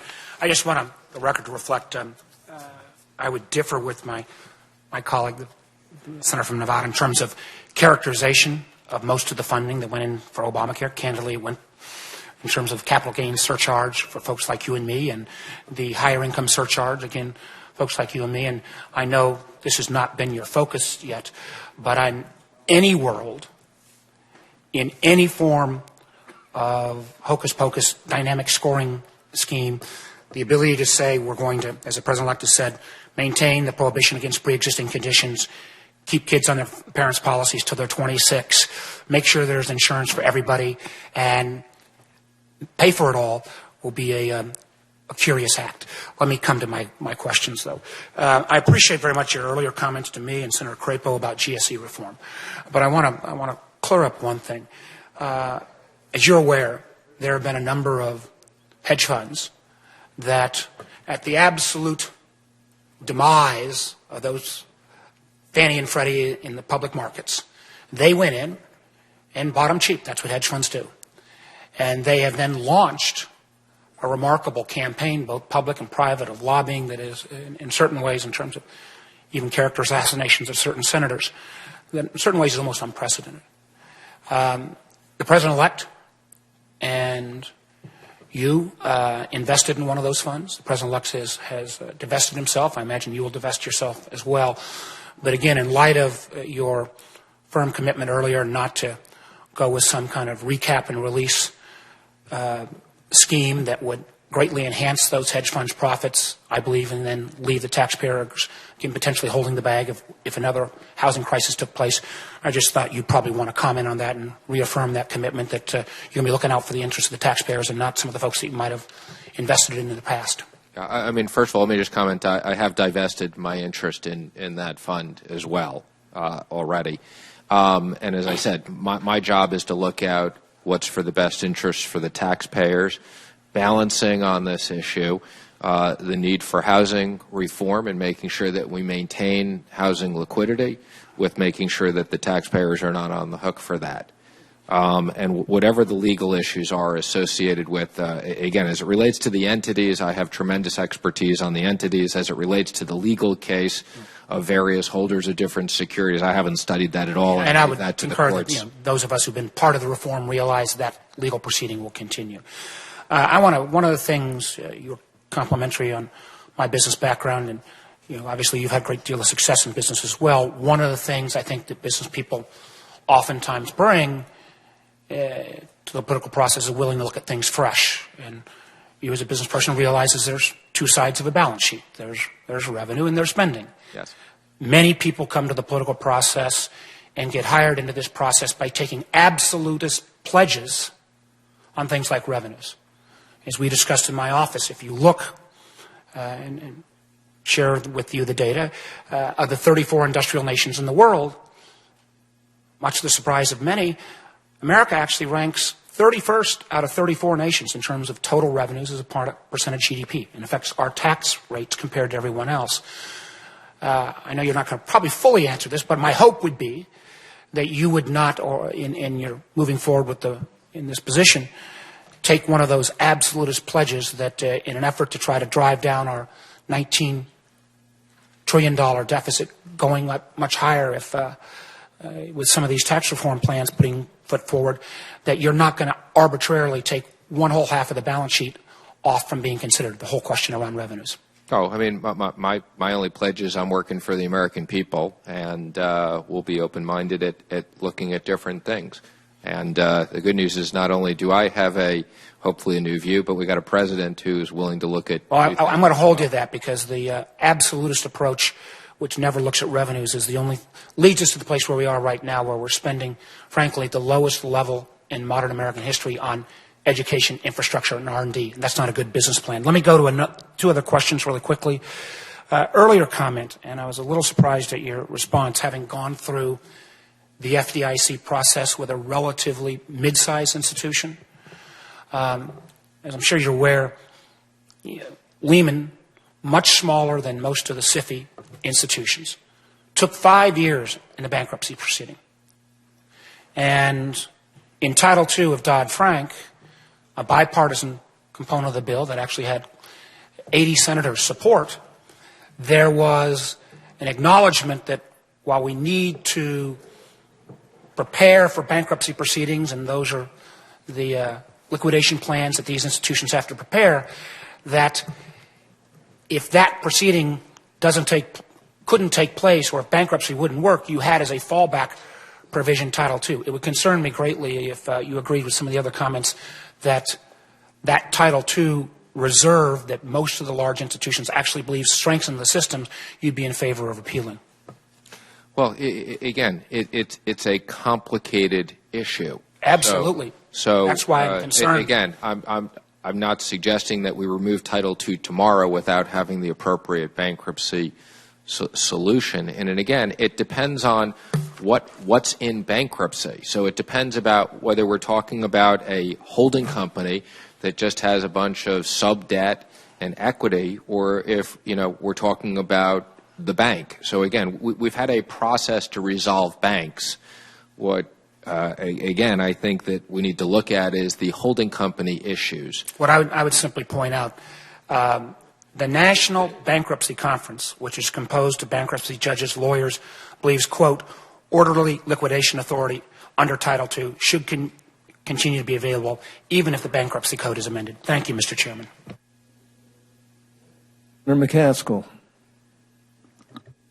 Thank you. I want to gently take issue with my colleague, Senator Burr, it is clear that the Committee on Foreign Investment in the United States does have the responsibility of looking at foreign investment and whether it impacts national security. And clearly, as Secretary of the Treasury, you will have a role in that. And I think it would be hard to argue that debt owed to foreign entities could, by the Commander-in-Chief and the President of the United States, that it could not have any impact on national security.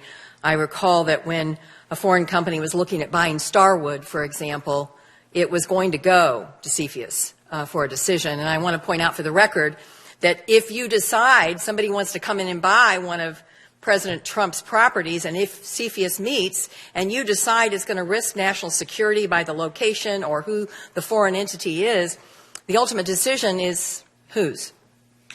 Well, again, let me just assure you, I'm going to take my role as chair of CFIUS very, very seriously. I know, but if you take it seriously, but whose decision is it? Again, Mr. Mnuchin. As it relates to these different views on the president's business, again, I will consult with the internal counsel at Treasury and the ethics area in Treasury and determine, and by the way, the general counsel at the White House, and we'll figure out the right solution. Do you know whose decision it is ultimately? Under the law? Yes, And whose is it? It's mine. No, it's not. It is the President of the United States. You make a decision, and then it goes to the President, and the President gets to decide. I understand. The same guy that I think is going to hire his own ethics expert. I need to make a decision for it to go to the President. Okay. But if you make the decision that it should go to the President, I just wanted to point out for the record that ultimately it is his call. It is not your call, but you have a chance to make a recommendation to him. I think we can all acknowledge that we're in a little bit of a unique situation, that we haven't had a president like this that owns these types of businesses, and someone who is willing, again, to come into government and serve the country as president. And I assure you we will come back and talk about these issues. I know there's different views here. We'll work with the chairman on this as to the purview of the committee and the appropriate lawyers on this. So thank you. That's terrific. And it is different. And if we think in history that we got the annulments clause because a foreign government gave a jeweled snuff box to the President of the United States, that almost seems kind of de minimis in light of how complicated the international aspect of the holdings that the President is going to stay with through his presidency. So I do think you're inviting a lot more questions down this line. And while we're on this subject, besides being a former prosecutor, I'm also a former auditor. So when I heard the President-elect's pledge about profits from foreign governments going to the Treasury, my ears perked up. Because, as you well know, you benefit from income to your business, even if it's not profitable, correct? How do you benefit of income if it's not profitable? Well, let's say you're the Trump Hotel by the White House and you're losing $1 million a year, and a foreign government comes in and buys a suite of rooms for a year, which brings your balance sheet much closer to a loss of $200,000 a year. Haven't you benefited from that income of $800,000 a year? I'm following your reasoning. Okay. So, first of all, I think he has to, in order to make good on a pledge to do this, he has to pledge to give all of his income from foreign interests unless there's going to be an auditor. Who is going to decide if and when Mr. Trump's businesses that he has not divested from are profitable from foreign involvement? Who's going to make that call? Is that going to be his family? Is that going to be his ethics officer? Are there going to be is there anybody who works for you that is going to take a look at how he is determining whether or not he is profiting off foreign involvement in his wide variety of interests across the globe? Again, I think you've raised some very interesting comments, and I'd be happy to follow up with you. And I'm sure the President-elect will put out more information on this, and I'm happy to inquire with him. So I understand your issues. Mr. Mnuchin, is there anyone who has income under $200,000 who will receive even a dime from repealing of Obamacare and the tax cut that goes with it? Again, I think we're looking at overall tax reform. Okay. My question's about repealing Obamacare. in repealing Obamacare, you're going to repeal the taxes that are in Obamacare that strengthen Medicare and do all those things. You're going to repeal, if you repeal Obamacare, it will be a tax cut. My question is, will anyone who makes less than $200,000 a year receive even a dime from that tax cut? Again, I think we're going to look at tax reform as overall and what it does, and no different than when Obamacare was put in, it was a tax hike on those people. People who made over $200,000 Yes. a year. No question. I mean, most of it was on people who make more than $1 million a year. So the answer is not one dime of the tax cut that the Republican Congress is about to do on the repeal of Obamacare will go to one American who makes less than $200,000 a year. Finally, let me talk about pensions. You supported the bank bailout. So did I. You support the stimulus. So did I. We talked about this in my office. I think we both agreed it was necessary in light of what our country was facing. But to the pensions, you have an incredibly important role in the stability of guaranteed pensions in this country in the new job that you seek. I have 32,000 people in my state that worked hard for decades, most of them driving trucks. And they planned their lives around their pensions. My question to you, we can find the bailout for the banks and we can provide stimulus. We can do an awful lot of things around here to help a lot of people who have a lot of money. Will you commit to meet with some of the truck drivers from my state so they can look you in the eye and explain to you that the guarantee of their pension, you know, your new boss did an amazing job connecting with people like these Missourians all over the country. He looked them in the eye and he said to them, I'm not going to leave you behind. I want to hear from you I'd be that you're not going to leave I these people behind. What I will say is I will commit to meet with them, and I will commit to work with your office on us figuring out what is an appropriate bipartisan solution to this issue that I appreciate. The pension issue we've talked about several times today is a significant issue. Thank you, Mr. Mnuchin. All right, Senator Casey. Thanks, Mr. Chairman. Mr. Mnuchin, I wanted to start with a question you've no doubt come across in your preparation, and it may have been raised today that I didn't hear in the back and forth we had today, being at other hearings, other appointments. Currency manipulation, which is, the simple way for me to describe it in the context of Pennsylvania is when a country like China cheats on their currency, Pennsylvania loses jobs. That's irrefutable, and that's unfortunately been an all too common occurrence. Maybe not at this moment, but when it happens, it's a substantial hit to workers and companies across our state. Let me just get some basics down in terms of the posture you would take and the predisposition you have on this issue were you to be confirmed as Treasury Secretary. First, this basic question: do you believe that currency manipulation is a violation of international trade laws and that a country who engages in that activity, that behavior, should be held accountable? Yes I do. or no? Yes, I do. Second, while China's currency policies have shifted of late, would you commit to me and to this committee that if China began to manipulate its currency again, you would recommend to the President that the government formally name China a currency manipulator? I would. And I'm happy to hear you answer yes to both of those, because this is the kind of issue that cuts across both parties, cuts across all different points of view. I wanted to move to some tax issues. You and I, when you came to my office, talked not extensively, but for a little while about tax reform and your perspective on that. In particular, I wanted to focus on the middle class.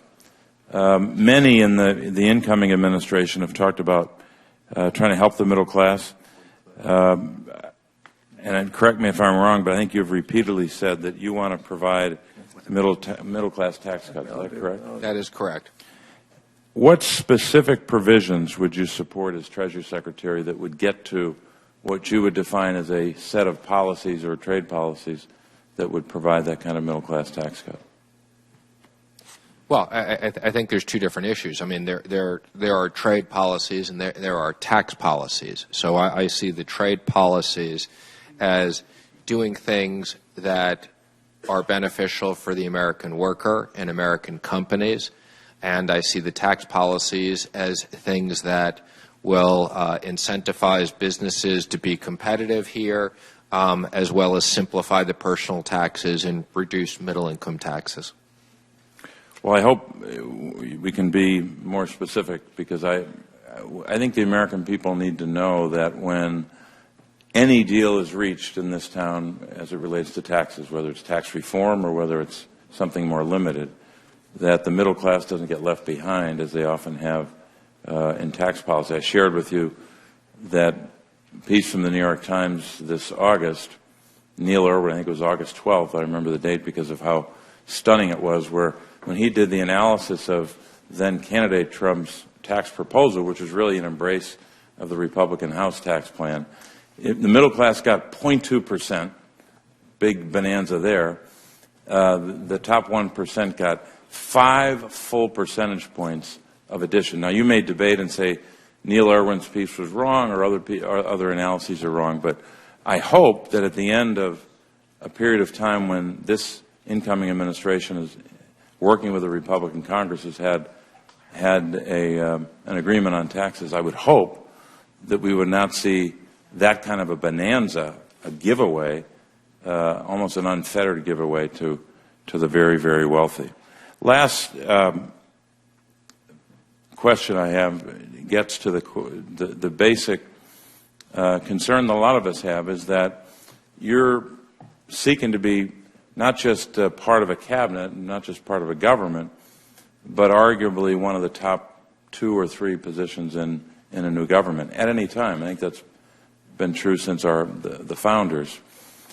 And one of the reasons why a lot of us have concerns about your record or concerns about your work and concerns about your views is that you haven't been through the scrutiny, frankly, that public officials go through, even appointed public officials. I know you're in the midst of that now, and I know it's a lot. Tell me, in terms of your whole either life experience or work experience, what qualifies you or what has prepared you not just to fulfill the duties of the office. That's one question, and that's worth a significant review, as we've tried to do here today.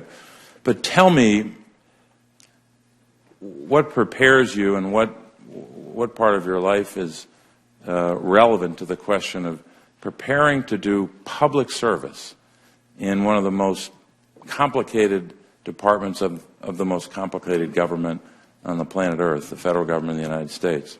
Some people would point to experiences they had outside of their normal day-to-day job. But tell me what you think prepares you to do public service in addition to the duties of a Treasury Secretary. Well, let me first comment on, I do think I've gone through an incredible amount of scrutiny on my investments in my private life as part of doing this. That's part of the deal. And that's part I'm just saying, that's part of the deal, and I've fully disclosed everything, as you know. I consider it a great honor to be able to serve the country. And I think going back from the beginning of time, the idea is that citizens would come into the government and serve the people. And that's something I'm doing, and that no different than the president-elect, Trump, has been a businessman. And he decided to step away from his business and serve the country. And he spent the last 2 years campaigning and being on the road because he wants to serve the American people. And I share that desire. In regards to what's prepared me, I've had several different careers.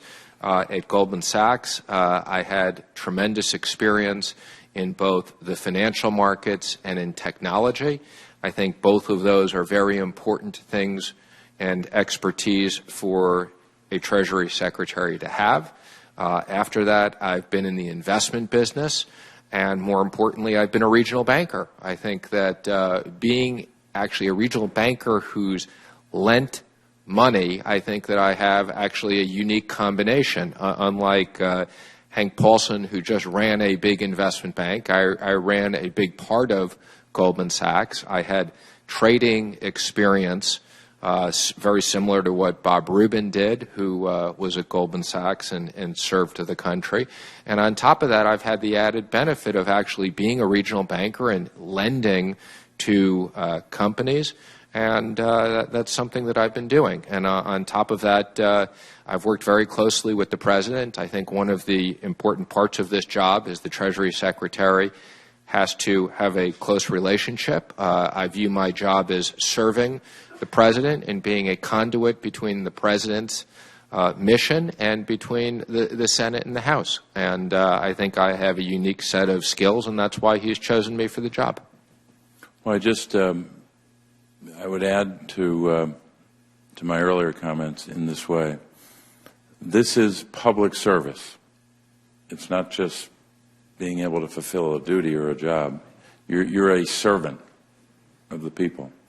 There's an inscription on a building in the state capitol in my home state of Harrisburg, the building I worked in for 10 years. It describes public service the best way that I've ever seen. It says, public service is a trust given in faith and accepted in honor. And that accepted in honor part is challenging for all of us. So I just hope that you bear that in mind were you to be successful in the confirmation process. Thank you. Mr. Chairman, thank you. Senator Menendez has one more question he'd like to ask, and hopefully he'll be the last one to ask. Well, thank you, Mr. Chairman. You've heard a lot about pensions here, and I care about American workers and their pensions. And you served as director of Sears Holdings, which is the parent company of Sears and Kmart, for about 12 years. You served on the Finance Committee, which was tasked with reviewing investment policies of the retirement plans of the company and its subsidiaries. Is that correct? That is correct. And as the chairman and CEO of Sears Holding is a gentleman named Edward Eddie Lampert, who I understand is your former college roommate. Yeah, actually the benefit of he's here with us today. Okay, good. So you're also an investor in the hedge fund, ESL Investments, which you're choosing not to divest yourself of, as I understand from your disclosure. The hedge fund is also run by Mr. Lampert. You earned up to $26 million from the hedge fund last year, according to your disclosures. That same hedge fund currently holds 29% of its portfolio in Sears stock, and Mr. Lampert himself effectively owns 49% of Sears stock, according to public SEC filings. Is that all fair statements? I think actually I've invested close to $26 million. I didn't make $26 million. I won't equivocate with you. Now, Sears has been performing poorly, and as a result, forced to sell assets to cover operating costs and to contribute to its pension fund. Interestingly, several of the most valuable assets that have been sold in part to Mr. Lampert's hedge fund, including Land's End, Sears Canada, and most of Sears real estate. The real estate was sold off to a different entity whose largest shareholder is Mr. Lampert's hedge fund. And that seems to have resulted in a shareholder lawsuit, according to SEC filings. The Pension Benefit Guarantee Corporation initiated an agreement with Sears to protect the pension benefits of more than 200,000 plan participants after the real estate deal and significant cut to pensioners' health subsidies that occurred during your watch. Unfortunately, the agreement with the PBGC puts the plan's pensioners behind Mr. Lampert's hedge fund in the ability to get assets from Sears in any bankruptcy proceedings. Because of this, because Sears has received at least $800 million in secured loans from Mr. Lampert's hedge funds, some of them secured by Sears properties, the Sears pension fund currently faces a $2.1 billion funding obligation gap. Now, I take these all from filings and public reports, and I assume that that basically is a fair statement. That sounds about right, but let me get to my question, and then I'm happy you. to hear your answer. Are you aware that if you are confirmed as Treasury Secretary, you would become one of 3 board members of the Pension Benefit Guarantee Corporation that has the power to either accept or deny a pension plan termination application such as that could occur with Sears bankruptcy, making the federal government cover Sears pension tab. Do you recognize that you're going to be part of that board? You do. Now, so here's where my concern is, and maybe you can elucidate it for me. You were a director at Sears for 12 years, where you had oversight over the administration and investment into the pension fund. That pension fund has been underfunded. Its benefits were cut during the time period that you were there. It now faces a $2.1 billion funding obligation gap. Sears has sold off some of the most valuable assets while you've been on the board. Your college roommate's hedge fund has large interest in the property sold, numerous secured loans with Sears, and owns a controlling share of Sears stock shares. You earned up to $26 million last year from your shares in that hedge fund, and you're refusing to divest yourself of the hedge fund. Should Sears go bankrupt, and you, if confirmed as Treasury Secretary, are a PBGC director who will have a role in the Pension Benefit Guarantee Corporation's attempts as an unsecured creditor to recover $2 billion for the unfunded liabilities in the Sears pension fund, while simultaneously trying to not lose money in your hedge fund investments in Sears that you hold with your college roommate, who is the CEO of Sears, how is it that you're going to do that? So, again, let me just correct again, because you said again that I made $26 million, which I didn't. I invested $26 million, so I just want to make sure that the record stated that. Let me first say that my original involvement with Mr. Lampert was in Kmart coming out of bankruptcy, where all the professionals thought that Kmart should be liquidated, and Mr. Lampert and I, working for him, saved tens of hundreds of thousands of jobs. Sears, when he bought it, was already a failing issue, and the company has contributed multi-billion dollars to that pension fund, which were pension issues beforehand. So I am well aware of the pension issues, and something that when I was on the board, we were very cognizant of very significant contributions. And then as it relates to your answer, obviously I will recuse myself in any way as it relates to being on the board if indeed there ever were an issue with Sears, whether I had an investment in ESL or I didn't have an investment in ESL. I would be concerned about any appearance of conflict, so I would recuse myself. Well, we'll have to look at the consequences of any such recusal, because there are 3 members of the board who get a vote. And if you recuse yourself under those set of circumstances, I'm not sure that the remaining 2 can ultimately make a decision on such a case which involves 200,000 people's pensions. So it's a serious issue, and I urge your attention to it in terms of thinking about how this very well may happen, because those pensions were underfunded, and now we're going to have a set of circumstances at some point where we're going to have to deal with it. And so I bring it to your attention because I think it's a serious challenge. Okay, and again, I will work with the Ethics Office and the General Counsel to work through that. And again, I would just comment that Sears inherited, when it was purchased, a underfunded, and has contributed billions of dollars to this along the way. It may have inherited it, but by the same token, it continued to underfund it. All right. Senator Wyden's going to give his closing remarks, and then I'll give mine. Thank you. Thank you, Mr. Chairman. I want to review for the committee and colleagues where I think we are, both from the standpoint of process and from the standpoint of substance. Now, Mr. Mnuchin, a month ago, you signed documents and an affidavit that omitted the Cayman Island Fund, almost $100 million of real estate, 6 shell companies, and a hedge fund in Anguilla. This was not self-corrected.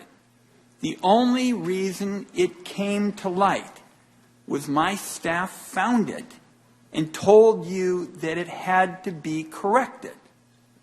Now, I hope you'll make another correction based on what I heard today. When we talked about the Anguilla Fund, and I asked about whether you pursued this for the 0% tax rate, you said that it was really all about helping churches and pensions. Your words, not mine. I have an SEC document that indicates you are helping a lot of private investors as well. So I hope that you will take the comments that you have made today, which I think led most people and all who listened in that you were helping just churches and pensions, that they will get the exact facts, and the SEC document lays that out.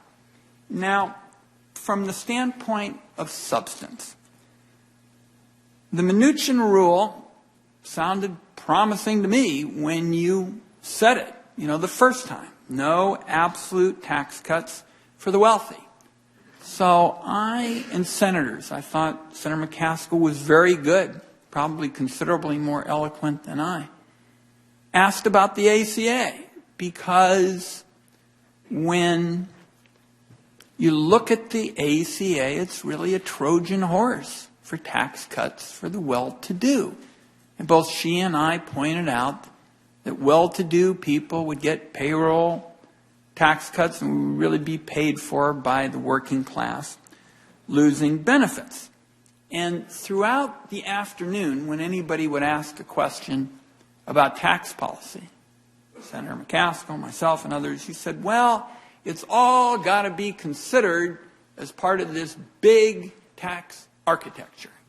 Your words, not mine. And you said this pretty much in response to any policy question. I'm not clear whether you knew anything about the earned income tax credit, for example. And certainly if you did, you can include that for the record as well. But your point there was as well, it's got to fit into the overall tax architecture. Well, the Tax Policy Center, which is the center that does the objective analyses, indicates that the Trump plan, which you have been part of, would add trillions to the debt, and would disproportionately, provides a tax cut to everyone, but it would disproportionately favor the well-to-do. And that really gets me to my last point, the point that I'm really walking out of here with. I feel very strongly about the tax system in America just being a broken, dysfunctional, rotting economic carcass. My wife usually says, stop there because you're just going to frighten the children. So I am interested in fixing this. And I can tell you're interested in fixing it as well. And I think I mentioned to you in the office that with Republican senators, including one who the president-elect wants to have run the intelligence field, Dan Coates, wrote a bipartisan bill. But the hallmark of that bipartisan bill is it would give everybody in America the chance to get ahead. It wouldn't just be stacked all in favor of the most well-to-do. And as far as I can tell, with respect to your views indicate that you don't share that commitment to the kind of bipartisan tax approach that Dan Coates, Judd Gregg, Mitch McConnell's economics lieutenant, and I all put together. That's what I'm walking out of here thinking about. I'm open to being persuaded. Certainly, if I've missed something, wouldn't be the first time. But it sure looks like that tax world, where there's one set of rules for the cops and the nurses, and another set of rules for people who are well-connected, who can pretty much pay what they want, when they want to, and maybe nothing at all, that system is still going to be pretty much alive and well with your approaches to taxes. So I appreciate having had this chance to discuss it today, and thank you for the time, Mr. Chairman. Well, thank you, Senator. For the good of the order, I want to note that I have numerous letters and hundreds of signatories in support of Mr. Mnuchin's nomination. The support includes representatives in the banking industry, from small community banks to the American Bankers Association, letters from groups of small business owners, to the National Asian American Coalition, to the National Diversity Coalition for Families for a Better America, individuals from churches, nonprofits, and business associations serving predominantly minority communities all over the U.S. are also included in the support for Mr. Mnuchin for the position of Treasury Secretary. Now, several of the letters, with some from people who are not personally acquainted with Mr. Mnuchin, applaud, among other things, Mr. Mnuchin's loan modification efforts when he had ownership in OneWest Bank. Now, without objection, the letters of support shall be included in the record, where I think they should be. Now, let me just say this. I want to thank my colleagues on the committee for their participation here today, and I especially want to thank Mr. Mnuchin for his patience and willingness to go through this long ordeal. If nothing else, Mr. Mnuchin, I think you should be commended for your endurance. As is typically the case with cabinet nominees for an incoming administration, the timeline for written questions is going to be somewhat abbreviated. So, I hope everybody pays attention to this. I ask that members submit their written questions for the record by 5 p.m. on Saturday, January 21st. I'm appreciative of you and your family being here and others who are in great support of you. And frankly, I think you've handled yourself very, very well with very difficult questions by some of my colleagues. Some of them really well thought out, very interesting and good questions. But you handled yourself very well, as well as any nominee for Treasury that I've seen in the whole time I've been on this committee. And we've had some really good people who have been well known and are still well known and who brought a lot to the table. I don't know that anybody's bringing as much to the table as you are. So I'm just hoping that you can help this country to get through its ordeals that it's going through right now, especially the economic ordeals. And I hope you'll be a tremendous influence with our president-elect.